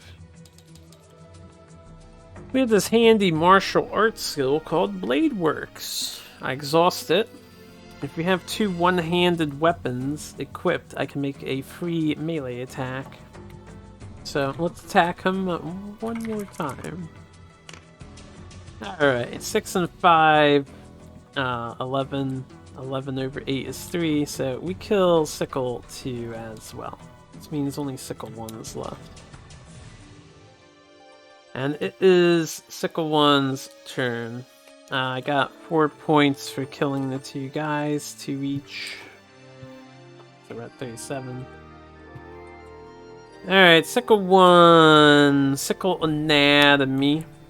No, that doesn't matter. Is there an adjacent opponent? Yes. Make a melee attack against an opponent with the most damage. He's adjacent to these 2. She has no damage, and she has 7 damage, so Nightingale is who is being attacked. I will dodge, and if I dodge, I get a free counter attack. If this is a successful dodge... It's not a successful dodge, so nothing is being added. Also, the skull means the dodge fails, so even if he misses me, it doesn't count as a successful dodge. He does miss me, 6 to a 10, so I do not get hit, but I do not get my free counter. And that's kind of sad. I was hoping for that free counter. Nightingale, what are you doing, girl? You're supposed to be strong. Alright. If he caused damage, he would do a follow-up attack. He did not cause damage because he missed, so he does no follow-up attacks. His turn ends. And then we start a new round. Easy peasy. We're almost done here. 3, gain 3, gain 3, and gain 3. Unexhaust everything. Untap all your lands. There's a lot of stuff. Can't wait till my characters are like stacked and there's more characters. All this complicated rules and whatnot. It's a very exciting game. I don't know, I'm really into it, honestly. It is like, compared to Gloomhaven, I like Gloomhaven a lot. I'd say I like these equally. They have unique systems. This really is like a JRPG, though. Anyway, so Rook is gonna go. I can...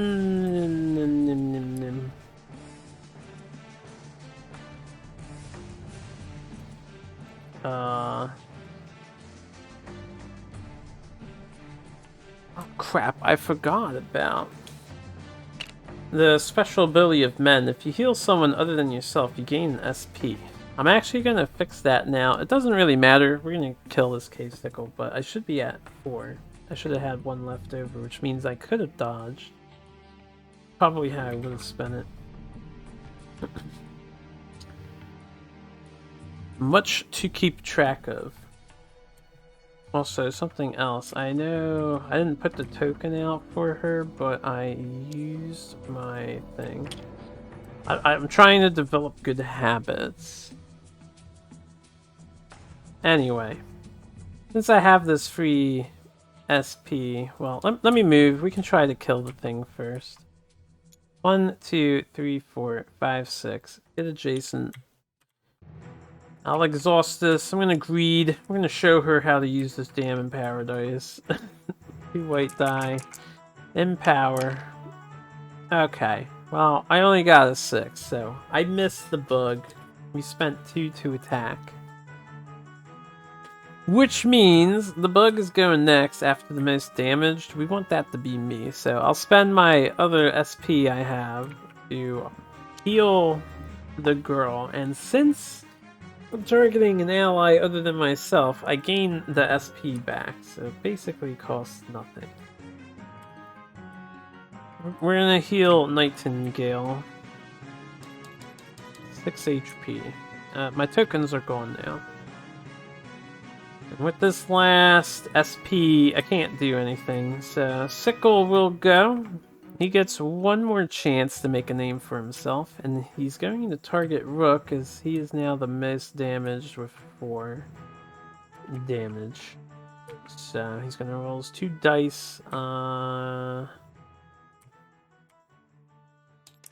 reason to dodge. 7 and 4 is 11. He does hit me. 1 damage over. 2, 3, 4 for the shields. I block 3 of it with my armor. I'm just gonna take the 1 because I'm a man. I could deny him by using my armor ability, I suppose, but nah. Okay, that was the sickle. Well, actually, you know what? I might deny him. What does this say? I'm looking at the wrong card. Yeah, if he dealt damage, he gets a follow-up attack. So you know what? I'm gonna deny him. I have no reason not to. We're gonna get this back. I'm gonna use the Cuirass once per encounter. When I'm dealt damage from an attack, ignore all the physical damage. So he gets no follow-up attack, I believe. And that is his turn. Nightingale will get this last chance to redeem herself. I'm just going to attack, nothing fancy. Alright. Unfortunately for Nightingale, she missed, so she does not get to redeem herself. She has just failed to redeem.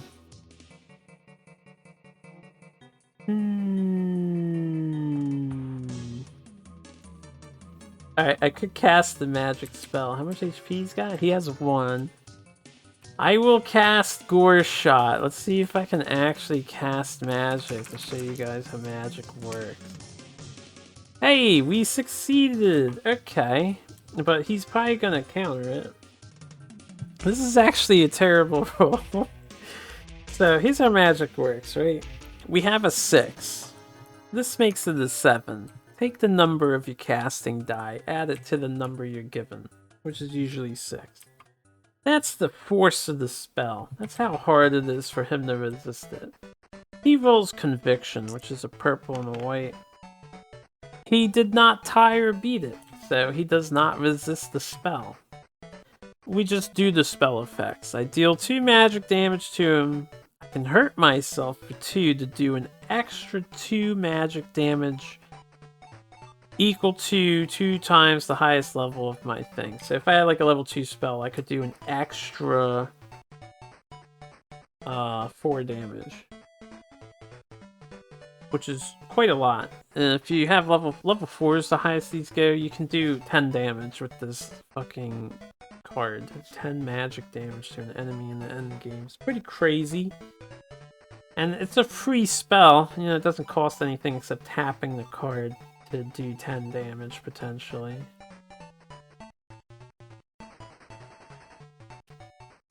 Alright, anyway, so she kills it.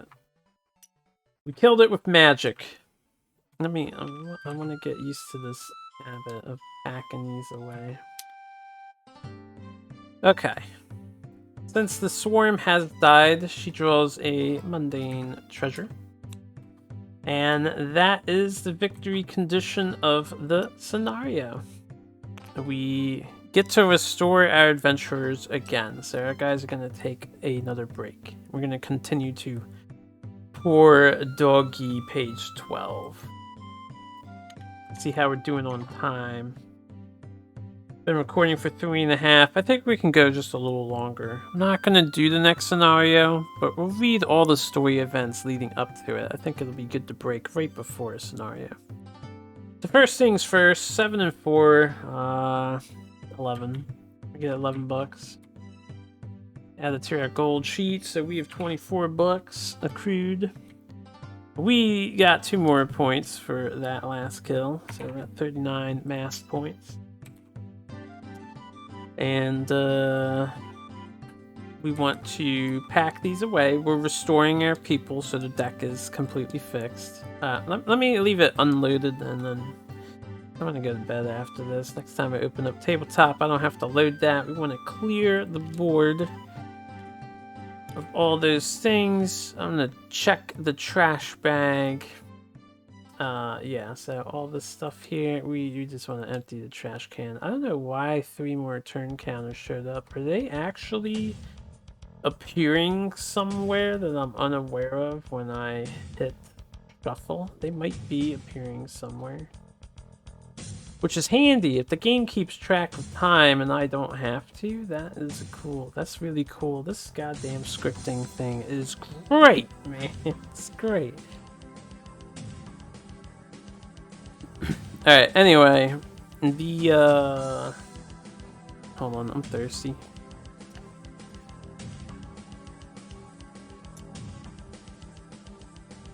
Oh. We heal. No real reward, but we get to heal. So, 0, unexhaust, eliminate tokens.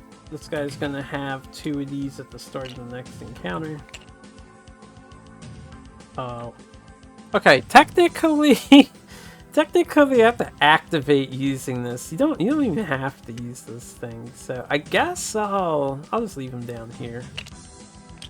I do not know of any reason why you wouldn't use it at the beginning yet. In the future, when we learn of a reason why we don't want to use it, then I'll metagame it.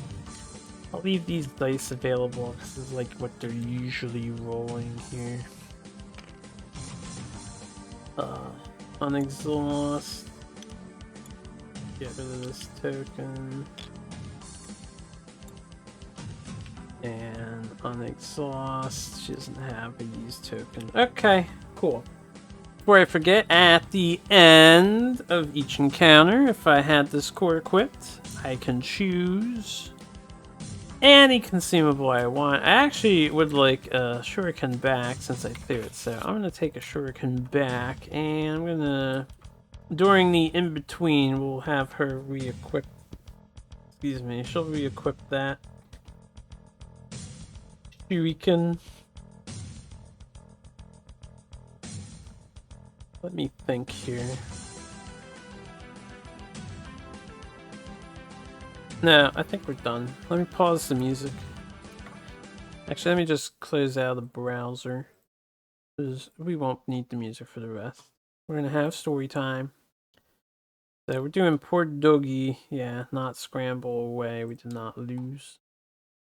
Poor doggy. Let's get our music box, our playlist, and let's look for Poor Doggy and listen in. Poor doggy. Remy sighed, forced herself to look at the slain gevauden. I don't suppose anyone has a shovel. I feel like we should bury it. She couldn't help her wings from drooping a little, no matter how excited the rest of her friends were at their victory. Nightingale rose from where she'd been rinsing her hands in the dark water. I don't think you can dig a grave in a stone floor. I guess, Remy said. I suppose it just reminds me of a dog from back on Earth. I used to have pets back before I came to Middara. Remy turned to follow the group as they left. Yeah? Dogs or cats? Zeke asked, but he kept talking before she could answer him. Cats, right? Yeah, actually. How'd you know? Remy said, surprised. You look like a cat person. I bet you had a dozen, Zeke said, poking her in the shoulder playfully. Remy wasn't sure if he was making fun of her or not, but she replied seriously. Only one, actually. Zeke laughed and lit a cigarette. Okay. This So we're going to continue to the second night, page 13. Just get a little bit of backstory there. second night. Tonight they had chosen a much smaller chamber off of what they took for the main passageway. It was far smaller than the room they'd chosen the night before, but it only had one entrance, so at least it would be easy to keep watch. Nightingale was put on scouting duty this time. It was nice to have something mindless to do. It was like all the housekeeping she'd done back in her family's little motel on Earth, rocking from room to room with an MP3 player. Pity she hadn't been able to bring it when she had come to Middara. Nightingale happened to be passing by the entrance of a nearby chamber when she caught a flicker of light from beyond the passageway. Hold on, she said out loud to herself, waved, and stepped out into the central hallway. Like much of the rest of the cave, this shaft was square with faded geometric patterns cut into the floor and walls. She grinned, drawing her weapon. The light was growing quickly, down from a direction they hadn't explored yet. Nightingale gripped her weapon tightly, preparing for a fight. Another few seconds and the light and footsteps resolved into a man, stooped with the weight of a heavy-looking sack. The man's armor was tattered, and he looked like he had just gone through a fight. In the faint light of his glowstone, the thin man looked triumphant. Oh! She lowered the weapon, striding casually into the hallway in front of him. Thought you were a monster. Nah, the man said, pointing back the way he'd come. Our group just killed a tomb guardian back there. The thing was loaded with too much loot for us all to carry. He gave her a smug smile and continued. This is my second trip, actually. Looks like we are doing better than the royalty is. Nightingale's smile faded. Oh, yeah? She said, considering her options. Okay. I'm going to do a bit of a spoiler. Step If you don't want the aside. spoiler, don't listen to me, but Nightingale must make a decision here. My friend was playing Nightingale. He decided to extort the man for his extra loot because he didn't like that. He was rude, and he doesn't need his extra loot. So, we did the let me take that for you. I know what happens here. You get like 4 things. We already got 4 things, so I'm actually kind of curious if he's gonna gift me something if I just step aside. So I'm gonna do step aside, and we shall see what happens. Nightingale figured she couldn't just take his stuff. The man shoved his way past her, causing her to stumble. The swag's mine, he said with a haughty laugh. Nightingale didn't argue, glaring at his retreating back. It wasn't as though they were supposed to fight the other teams for loot. She grunted, then made her way back to camp. Alright, it sounds like we don't get Let anything me for take that being passive. The party gains 5 points on their mast grade. Oh, okay, 5 points on mast. I'm gonna let you guys know right now. We don't need that. We're doing just beautiful in points. So we're at 44 mast points. I definitely highly recommend you let Nightingale be very forward here to gain some item advantage, but it's not necessary. I am a little overburdened as it is. Alright, anyway, we're continuing to sleep tight, so this is going to be a lot of story. is a page and a half of text. If I count like the two halves. But then we get to the next scenario. So we're gonna listen to this, and then I'm gonna bid you guys farewell and sleep tight as well. But let's get this one out of the way. So next time I do a recording, I'll just get started on the gauntlet. I don't want to edit this, I want to listen. Sleep tight. 9 minutes, The little baby. room heated much better than the vast chamber from the night before, and soon enough they were all toasty around the fire. The conversation was less subdued than it had been the night before. Everyone looked significantly more tired. "I'm not really sure what I'll do when I graduate," Rook was saying. "I mean, I couldn't just go back to the farm after spending all this time at the Institute." "What? You don't like farming?" A little cloud floated around Zeke, mingling with the smoke from the fire. He hadn't put down a cigarette since finishing his meal. Rook shrugged. "Nothing wrong with farming. My parents are good people and they do important work, but..." He paused. "We're not getting older anymore. And I'm no Cincinnatus. I think if I had to stay on a farm for eternity, I'd go insane. My idea of Elysium is a little less pastoral and more actually doing something." Nightingale chuckled and nodded, even though she had no idea who Cincinnatus was. "Well, I've got a suggestion," she grinned, resting one hand on the weapon at her side. "When I graduate, I'm going to join the Demiurge. You know, Elenia's special forces. Every day's an adventure after that. Why don't you join too?" Her smile widened. "I've got a friend who's already in. I'm sure he could put in a good word for you, with the way you fight." "We'll see," Rook said dismissively. "My parents are expecting me to help out on the farm." "Farming is so lame," Nightingale said, tossing her legs up onto a nearby rock. "We all have our roles," Rook said flatly. There were a few moments of silence then, as each waited for the others to speak. Nightingale turned slowly to look at Remy. "What about you? What are you going to do with your shiny new citizenship? You're the only one without familial expectations, right?" Remy looked away, shifting uncomfortably. I don't really know." They waited, but Remy didn't elaborate. "We shouldn't give up adventuring after this." Nightingale tried to look as reassuring as she could.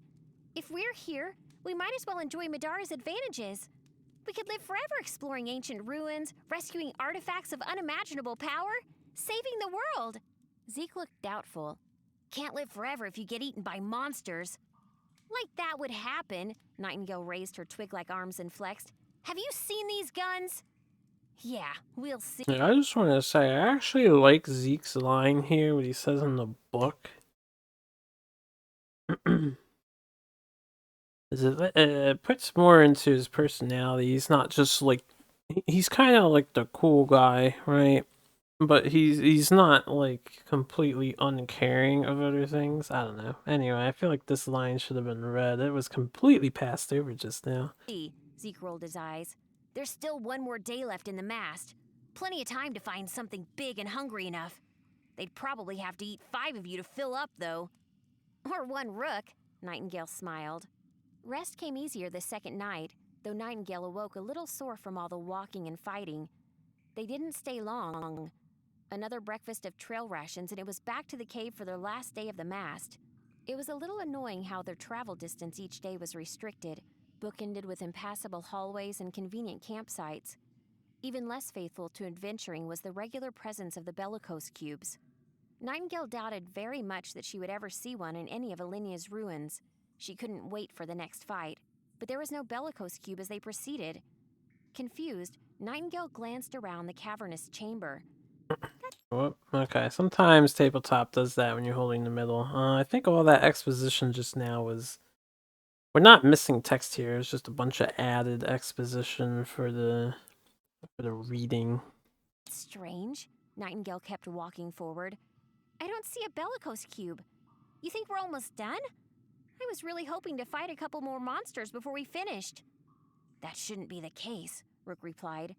"They didn't want any of us to get seriously hurt." Nightingale skipped further into the darkness. If Rook was right, there had to be another bellicose cube nearby. Behind her, Rook stooped and studied the ruined remains of a silver basin. He scowled and looked back up. "We'd better be careful. It looks like something happened to the cube. I doubt that the proctors would have intended this to happen. As he said this, Nightingale screamed. Rook spun around to see her being charged by a huge stone monster. It hit Nightingale with a boulder-like fist, sending her sprawling near a treacherous gap in the cavern's floor. The creature advanced on her, threatening to crush her beneath its massive weight. Nightingale held her weapon up in a vain attempt to block it, but it was futile. "Nightingale!" Rook yelled as he darted across the room, his huge frame pounding with desperate fury as he rammed into the creature. He knocked it aside moments before its massive stone arms came down on Nightingale. Rook pulled at Nightingale's shirt, yanking her to her feet as the monster began to rise again. "Run! We can't fight this without a bellicose cube!" Rook turned and the group sprinted into darkness. Eventually they came to a stop, panting heavily and hoping they were safe. "Oh boy," Nightingale said, shaking her hands to wash away the adrenaline coursing through her. "That was exhilarating!" "Exhilarating?" Remy caught up to them nearby, recuperating from the sprint. "You almost got turned into a Nightingale pancake." Nightingale nodded and looked back the way they had run from. "What was that thing anyway?" "I think it was an Earth Loa. It was either not supposed to be here, or perhaps they planned on us having that bellicose cube intact. In either case, we're okay now," Rook grumbled. Nightingale burst out laughing and turned to Rook. "You just saved a princess in distress! So cliché!" "I guess I did," Rook said, smiling. "I'm glad you're all right." "Thanks to you." Nightingale walked up beside him and her hand shook a little as she slapped him on the back. "I should have noticed that wasn't just a pile of rocks." Rook relaxed. "No big deal.